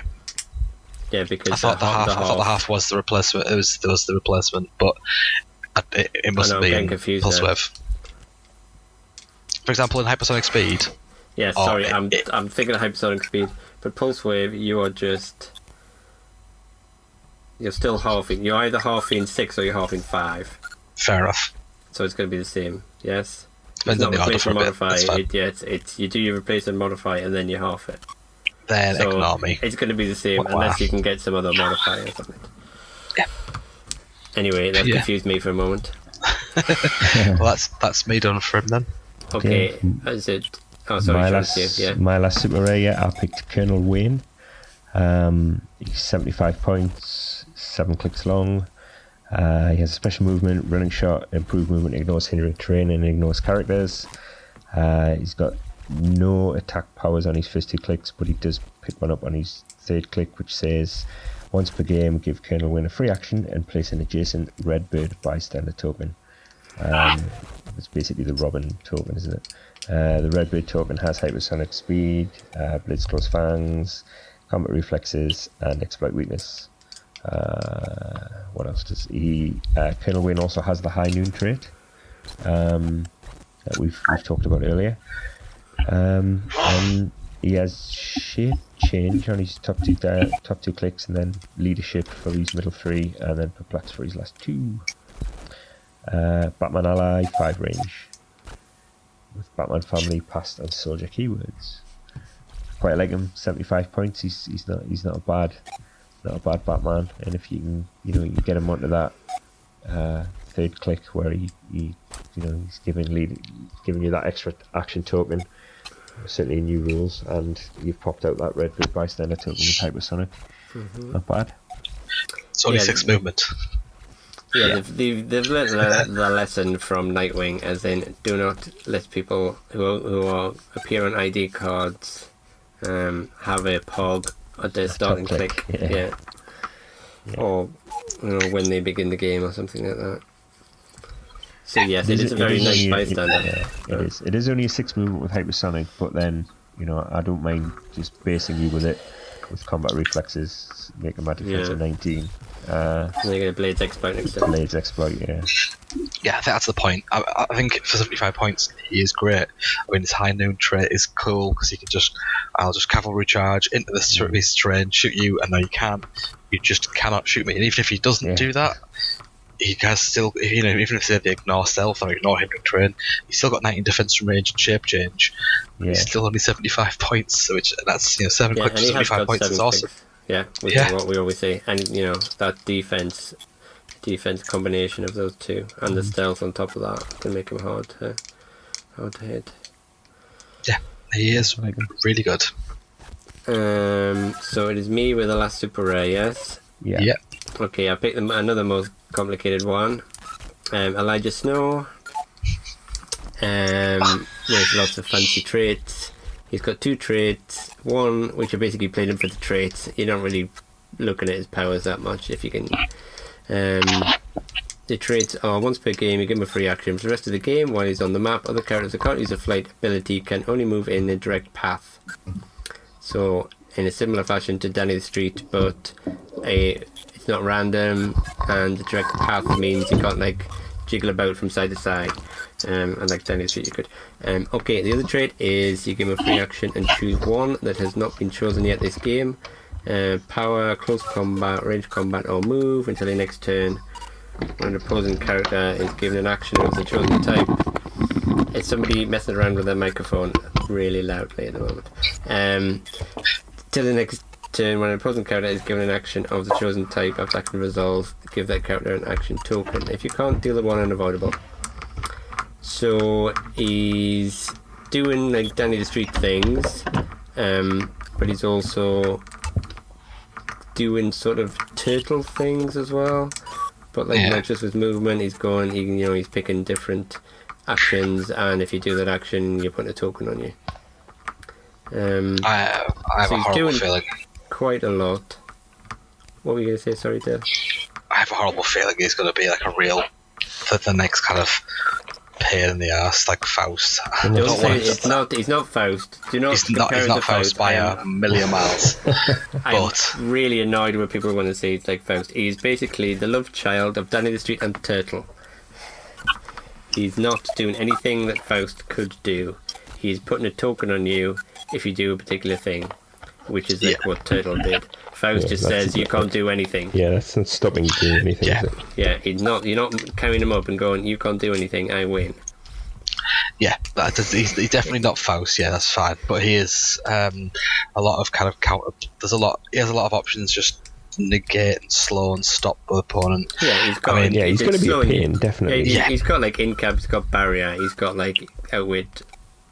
I don't think he's ever going to. I don't think anyone's going to play that version of him. I think really, if you take him just for those traits. And luckily, the 70-point version has those traits too, and running shot, pulse wave, which is also pretty handy. He will die extremely quickly, though. He will die extremely quickly, but I mean, you can try. If you haven't got some flight, you can play a bit more recklessly by just making use of that. Can only go certain directions. He's got quite a bit of range on him, so even if you don't use the running shot pulse wave, just running shot 8 squares away with his triple targeting. I don't know. It's not all that expensive to do what he does. It just depends on how common flight is, and I think it's just too common for it to be competitive. He's wanting to do what Turtle did, and he wants to sit in your starting area, making your life difficult, while the rest of his team pick you apart. The problem being that I don't think there's many other figures who would like sitting in the starting area now. So he's got to, as soon as he wants to get engaged in the fight, he's going to go down like whatever. Sexperts. Yes. He hasn't got like Phantom X or Iron Pharaoh or something like that backing him up, saying, well, while you're trying to get to me, I'm going to kill you. So I'm not sure what sort of teams he would fit on. Because he's he's affecting your figures as well with the big freeze power. So you need to play him with all other flight guys. He's going to affect. Yeah. I don't know what else works with him. Because your guys have to have flight, and then otherwise they're affected, and he wants to slow you down while you're doing something or other, but I don't know what that thing is that's so important that you need, to do that. Side note, now that we've brought up all of the planetary characters, they suck. They don't add up to any sort of point. I mean, Elijah has 2 options, and it's you either put a team to 140, or you take that little version of him and has 190. What is that? Come on, I mean, it's not like we're ever going to get the rest of anybody else for planetary. In fact, I'm pretty sure there isn't anyone else. Maybe a 4th character who's like the stay-at-home leader guy. Like, what are you going to do with a team like this? Just playing with a lot of bystanders. There's suddenly a lot of Ape Superman appearing in the planetary teams. It's just sad. He does interesting stuff. I'm not really sure how, if he's done. Yeah, I mean, he will really annoy certain teams. Like, he's really good against an Alpha Strike team that then suddenly finds himself, I can only go straight to the lines. If you're playing against Overdrive or something, then you kind of mess his day up a bit, because he's going, I'm stuck now, because I can't go around that corner. But does he do enough again? The same thing with Turtle, really. When you play Turtle, you think, well, that works against some teams, but another team, these 50 points, that is completely useless. So whether you try, you could do something like put them on a teleported team, and then swap them out for somebody else if that trait is not going to work for you. Yeah, maybe. conveniently he's 120 points, so... Or you could put him at 120 points and just go, well, I'll have Nick Fury instead. Yeah. Or somebody else. But, because it's just against those Alpha Strike, yeah, because something like that PJ Bolin team that he was playing, I mean, just having Overdrive suddenly not being able to go around corners, it just completely destroys the team. But whether it's good, it's not good against the whole field, because you'll get other teams that it just does bugger all against, really. So maybe you could try that. Just go, well, I'll swap them out. Don't know. Not 100% convinced about them, but as I say, it's just against certain teams. It's really good. Against other teams, it's not. So how do you work that into your strategy? Mm-hmm. Anyway, that is the last of the super rares. Moving on. On to the chases now. Yeah. So I got first pick, and I went for the Robin. I mean, I still think Green Lantern's probably going to see more play, but the Robin's just awesome for 45 points. I mean, she has a trait that gives her shape change if she's in clear terrain, or if she occupies hindering terrain, can use Perplex, but only against characters also occupying hindering terrain. Leap, climb, hold dial, combat reflexes, hold dial, NAF attack 9988 with precision strike on all but the last click, 1 damage for the whole time with 2 clicks of support and 2 clicks of enhance. But you really just take her for the other trait, which is at the beginning of the game, either pick the Bat Cycle or the Batwing, and you can place it adjacent to her, and whenever that bystander is killed, you can place the other bystander adjacent to her. So the Bat Cycle is running shots, 8 movement with 3 damage, shape change, 0 attack, 70 defense with energy shield deflection, and has a passenger, but it's a vehicle, so you can put someone in, and all of a sudden, if you can get someone useful who has a good attack but doesn't have the movement attack that you could do, that you need to really get out of it, the option's there. The other one's the Batwing, which again is a vehicle but has 9 and sidestep with flight, 18 defense with 2 senses, 3 damage again, and 2 passengers. The options are you could put Robin in it to just activate it and have them go around to just shoot a wall, because that's what they're there for, and just solely be a taxi. But I mean, you can think of she's got the keywords that you need. Gotham City, Batman family, so there's loads of little characters in there you could really do with a taxi. And then just the idea of putting vehicles in there as well is just really handy for 45 points. I really like her. Just me. Yeah, I mean, without those vehicles, she would be a bit pants. Because that support with a 9 attack isn't spectacular. But yeah, she's sort of an expensive overdrive, really. Yeah, but she's doing a little bit more than that, because she can do things like you might get a perplex out of her. She's in hindering train. She doesn't have to pilot the vehicles. Nope. Which makes it a bit more flexible if you've got another figure that you really want to get him a pilot, and just having the pilot of a vehicle just and you say you can give them the running shot, and potentially just protects them a little bit as well, because it's got decent, got energy shield and super shape change up top on the Bat Cycle. If the chances are, if you've taken her, you've got somebody specifically in mind for one of those things. Yeah.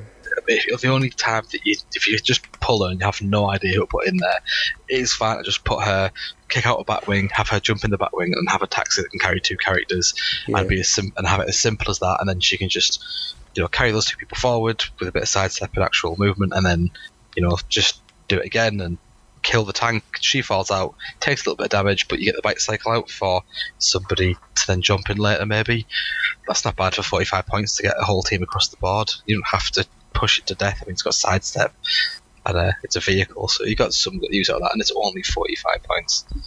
Yeah. Mm-hmm. It ain't no Green Arrow, but there you go. Nope. Speaking Sean? of which, Speaking of which, doing Green Arrow. that was my pick, Green Arrow. I mean, everybody's probably seen his style by now. He has 5 clicks of health, leap climb on his first 3, stealth on his last 2, special attack, kryptonite arrows. When Green Arrow hits with a ranged attack, the hit target can't use defense powers until your next turn. If the hit target has the Kryptonian keyword, also give it an action token. And it specifically says can't use defense powers, not can't use powers in your defense slot. So I'm assuming if you get that defense power from a trait, then you can't use that either. You got it the wrong way around. Wrong way It around? is, yeah. I wasn't sure. I mean, it was a genuine question. I wasn't. No, it sure. is. I think I've replied to about 30 or 40 people asking this question since it's been released or got previewed. It is defense powers, specifically refers to powers in the defense slot. Defense slot. Okay.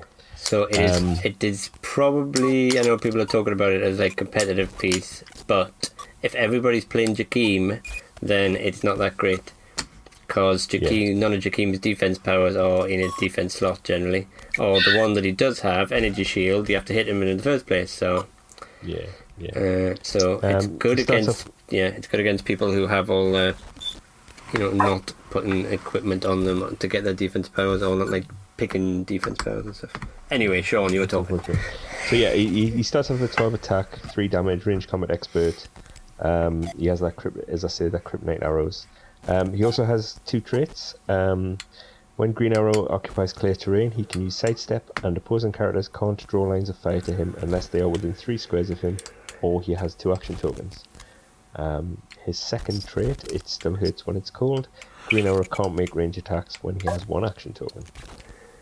He also has improved targeting, ignoring, elevated, hindering, and characters. 80 points, as I say, but probably will see most play on an ID card. Quite possibly. Yeah. I mean, not been able to shoot when he's got only been able to shoot once every other turn. Pretty much nerfs him, but who cares if he's on an ID card and he's a really solid 80-point ID card. I mean, even if it's just a case of you really want to hit this attack, he can go to 14 attack and he can sidestep to basically effectively give him on an ID card you give him the character who calls it 11 range to do that. If you get him into clear, I mean he does just so much. He's the fact that he's only the defense powers on that does mean that he's not going to be killing Jakeem off, but I don't see that being a problem by the time the rules change. Yeah, I mean, you've also got, if you're bringing him in with an ID card, there is also other green arrows. So even that LE that's got the arrow tokens, you can have the 2 of them on and just think, well, if pick which one you want to play, put on the card, or the 40.1 or something like that. He's a good option, Yeah. So you're not stuck with that if you think, we're fighting Jakeem and his kryptonite arrows are not going to do much. But he's not a bad figure, I think, to be played on a Gotham City team or something like that. Yes, he is getting nerfed a bit because he can't make range attacks when he's got 1 action token, but that range attack is big. He's only 80 points. You could play hit and run or something if he's got a taxi to carry him around. Smack him and then bat knight or something, legs it. And if you don't care, if it turns out it is against something like Jakeem and you don't care about it, it's alright, just stick him in the Batwing, give the Batwing 12 attack and range combat expert with that sidestep, and it can attack twice because he doesn't care if it's cold. And then kill itself and then him pop out and him going, I'm going to attack you as well. Yeah, why not? Just he does have to, obviously just take a hit for doing that, but oh my god, oh no, I've lost 1 attack, meh. Well, he may take 2 damage, but he's still going to be on the 11-3, Yeah, still doing the same thing. And if Robin's there, you can try and heal him up. She only needs a 7 to hit him on that. But there you go. I like him, it's cute. Yeah, I like him, he's... And Gotham City as well. Gotham City keyword is just so good. Yeah, it's got this quite quite a lot of options for that keyword now, isn't there? Right, I am going on to the last figure that we're going to talk about, hooray! Which is the Superman, because we're not talking about Batman. Or we might talk about him in a second, I don't know. Anyway, the Superman is loaded up with very high stats. It's got a trait, it comes in at 230 or... What's the other one that no one's ever going to play at? 110 that no one's ever going to play, Matt. So 230... His trait is at the beginning of your turn, you roll a d6, 5 or 6 powers can't be counted, attack rolls can't be re-rolled by opponents, 3 to 4, you move an action token from him, and number 1, you can't move or place him until your next turn.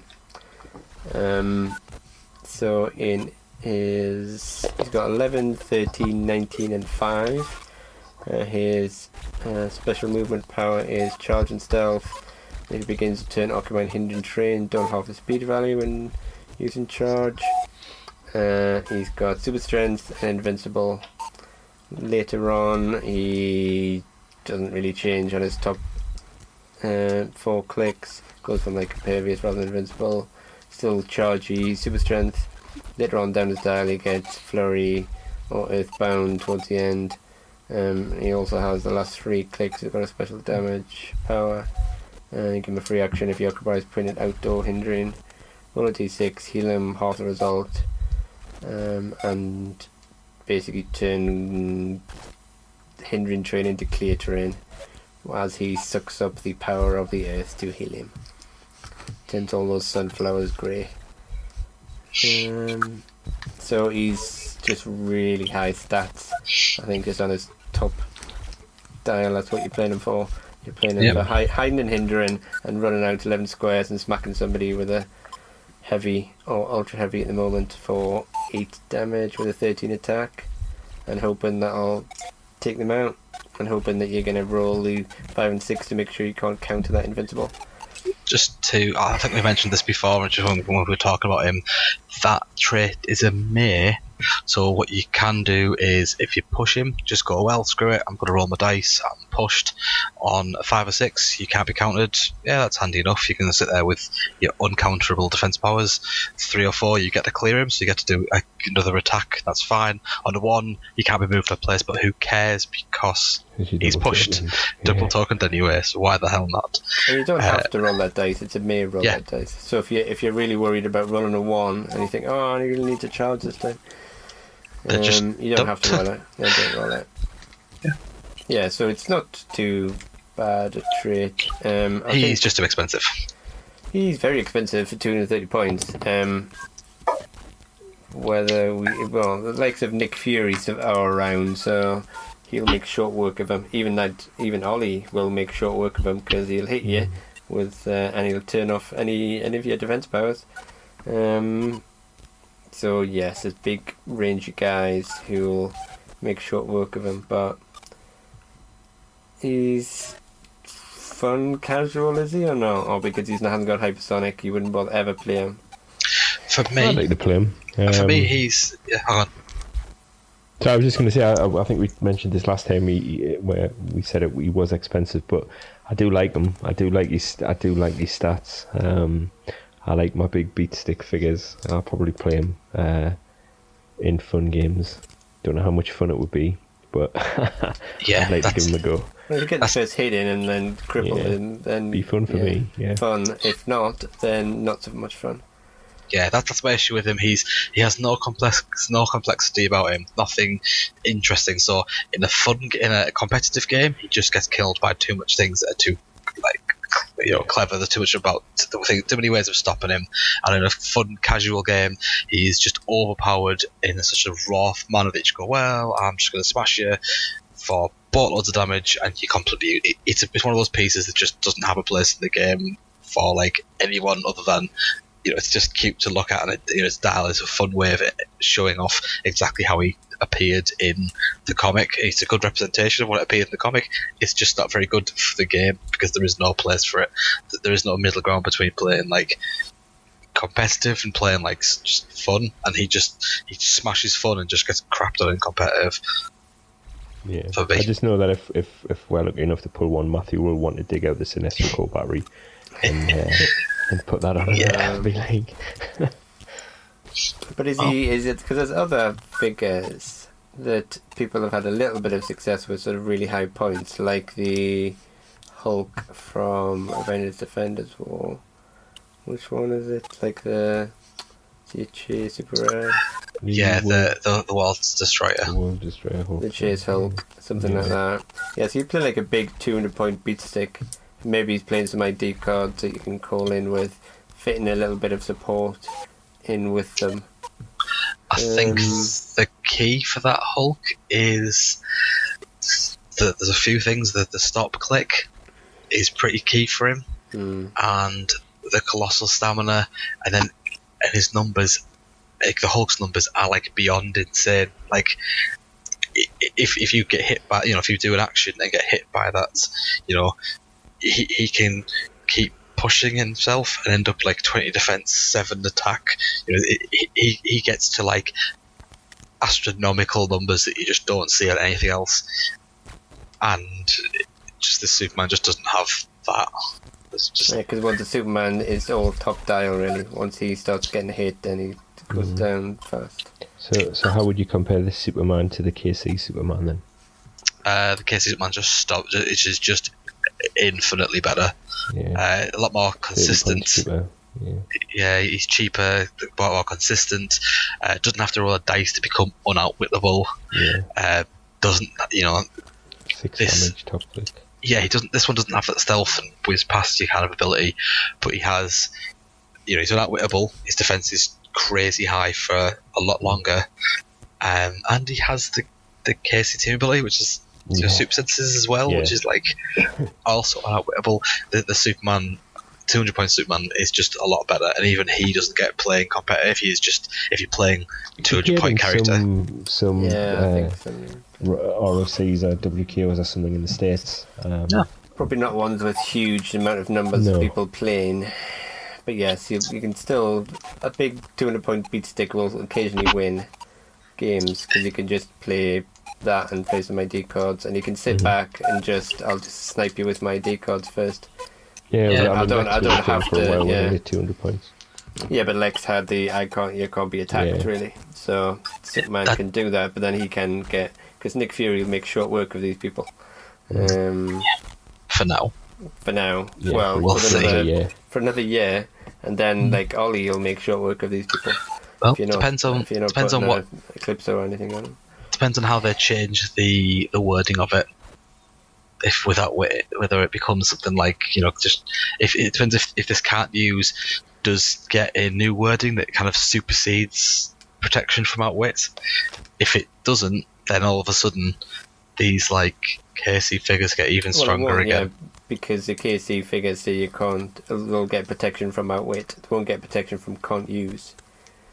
So can't use is different from outwit. I thought that was the point of the rule changes, that was kind of not becoming a thing. Like the can't use was being changed. Yeah, but the protection will be outwit. It won't be protection can't use. Okay, that's fine. So it means that you can't be targeted by outwit. So outwit may be like can't use, but can't use isn't outwit. Depends on how the term counted, doesn't it, in terms of like the KC figures. Yeah, they've already changed that to. They've already said what they're going to do. They're going to change it to protection outwit. They're not going to say can't used. It doesn't make sense. It does well. We'll see how it goes. He is Nick Fury, the great equalizer. Everyone sucks to him. Yeah, I don't think his value is going to go down. But yes, the outwit, because there's going to be people who have the protection from outwit, and who may see your power cosmic guys or your KC figures might get a bit better, but everybody dies to Nick Fury. Yeah. So, do you have a quick mention about the Batman? Do you really want to? I want to have a phone. I want a very quick one of them. You talk about them then. Why is he still like? We've had the movie where he's basically ripping off the suit anyway, and I said he still only has toughness despite being in the big armoured I'm going to kill Superman suit. And this is a really long comic book where he wears that suit for one fight, when despite it taking over months of time, and he should really just be in his stinking normal Batman suit. Why can't we just have one of him doing his jumping arms kind of, dabbing motion with a lightning bolt behind him? Why can't I have that sculpt? Why do I need to keep having this stupid armoured Batman? Like, I've got it, I've had it, I don't care. I want my, old man, really vicious, that shot artwork. That's what I want, and he's perfectly fine for 100 points. He's alright, but that's about it. He's just alright. Yeah, unfortunately, he needed better defense. You're not going to play him with just toughness. Yeah, I don't know if they just kept it and worst of the four. Charge as well, and charge up there. And he's got his gun out trying to shoot people, and he hasn't got any running shot or anything. You want to probably start with running shot if you're trying to be comic accurate. You go, well, I'm using my sonic gun, and then I'll go in and try and charge or flurry or something.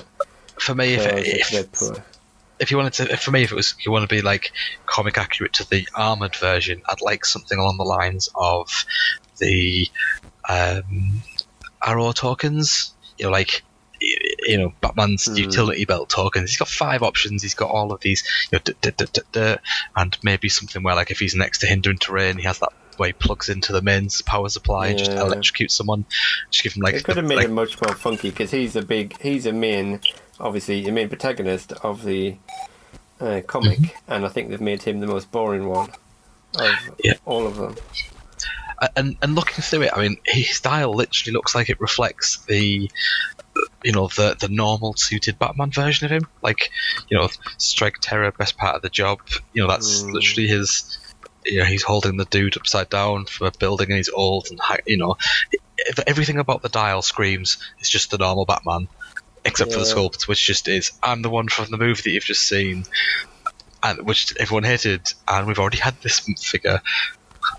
I don't mind the dial. I wish it was better. It's not. I don't have. It doesn't have to be the normal Batman dial where everything. All the other ones, all the other chases are, more unique for that particular story. He doesn't stand out to me as anything better than the rare Batman that from another nail. It's just everything. He's just normal. It's just maybe a longer dial. Do you want to just go to bed, or we'll have a quick mention of the starter sets? Well, what do you think? Do we want to talk about starter set figures? They're reasonable. Play them at 50 points. There you go. That's starter set figures done. I want the starter set because I want the map, the High Noon Saloon. Cool. For me, but everyone's worth it. Take a 50-point version. Cyborg sucks. I'm trying to think what else. Yeah, everyone 50 point is really good. Everyone's got an ID card. They're all really helpful at 50 points, but Cyborg really sucks. There you go. That's the starter set done. That's it. And let's go to bed. In terms of the set, our reviews just take longer and longer. I don't know why. I know. Just in terms of the set, this set compared to What If, I think there's a lot more utility in this set. Basically, at lower rarities. Mm-hmm. Yeah, I think the lower rarities are. And I think that's down to ID cards. Yeah. The powers are the power is in the uncommons. I think. That has to do with the ID cards, though. I mean. Not necessarily. You'd still because. I think it helps. Yeah, I mean, it helps obviously that utility that you think, I'm going to play this figurine sealed, and I've got a chance of playing it in competitive as well because of funky powers and stuff. It's not like you're just going to play it once when you do your sealed, you're never going to bring it out your box again. But there is decent figures in all of the rarities. Really, it's not all just crammed into super rare. So if you don't pull the super rare in What If, But I mean, having said that, we were pretty down on What If, but having played a few games with figures from What If, some of them aren't as terrible as I originally thought. Mm-hmm. I like the Iron Man. I like the common Iron Man. Common Iron Man. The Uncommon Iron Man's decent. The TV, Yeah, I think Daredevil. he's one of my favourite in the set, actually. Probably I've played playing him quite a that. bit. And what's the face? Nico is not as terrible. Obviously, pales in comparison to Goblin King, but still. Yeah. Matthew's a big fan of that Nico Minoru. I think he's played it every game we've played. What if he's played it? I still stand the numbers are too bad for it to be good. Yeah, That's all she needs. Just you're not getting the 4 damage that Goblin King has. I know, but if it was like 3 damage for the first couple of clicks, I'd have been fine with that. Even extra defense, even maybe like extra defense or 2 on the extra defense on that first click. But her numbers are just so bad. Yeah. Oh yeah. I mean, if it's a choice of playing 75 points, I think she is, isn't she? Mm-hmm. Yeah. 75 points for Nico or 75 points for Goblin King, then yeah, it's a no-brainer. Yeah, pretty much. Reed, is there anything else you want to do? I think we'll not bother talking about team building since I was the only person who did it. Yeah, you were. One quick thing that I just thought about with that Green Lantern woman that we were talking about, one who resurrects people. Yeah. Another is you can do once per game effects. If you can come up with something weird where, because a character has been KO'd, so it is not the same character that you're resurrecting. It's not coming back with action tokens or anything weird like that. So if you do find a character that does weird once per game effects, and you can like duplicate them, like in bringing in bystanders or something like that. Oh, like say that Batman who does the Red Wing, get him killed. He's already got a Red Wing out. Oh, I'll have another Red Wing because he'll bring him back on the click where you can bring a Red Wing out. Fair enough. Interesting enough. Yeah. Anyway, I just thought of that as we were talking about as like bringing in bystanders and stuff because they are being KO'd. It's not like if they would be killed, so they are dead, and you are bringing back a different figure. I suppose. Yeah. Not bad. So anything you can, Nightwing. You can get Nightwing. Well, that's beginning of the game, though, isn't it? So it's not. That ain't gonna work. Or begins the game. Beginning of the turn. It won't be beginning of the turn, then, will it? Because she'll begin with free action. I don't think it's that. I think it's just once per game, give them a free action. Yeah. Yeah. So if you can fill your team up with like people who do weird once per game things, you never know. Hey, you can even use the pogs that you create out of those guys to kill them, to give you marker, to then call them back in with. Yeah. But you can't duplicate then. If you've done one Nightwing, you can never choose a Nightwing name again. You can't like repeatedly bring out loads of 20 points. Yeah, it's fine. Anyway, that was just one last thought. Okay. So, should we wrap it up there then, guys? We're wrapping it up. Let's go. Because it's extremely late. So, if there's nothing else, I'd just like to say thanks for listening. Don't forget you can find us on Facebook, Twitter, and YouTube. And until next time, see you later. Bye. Goodbye. Bye.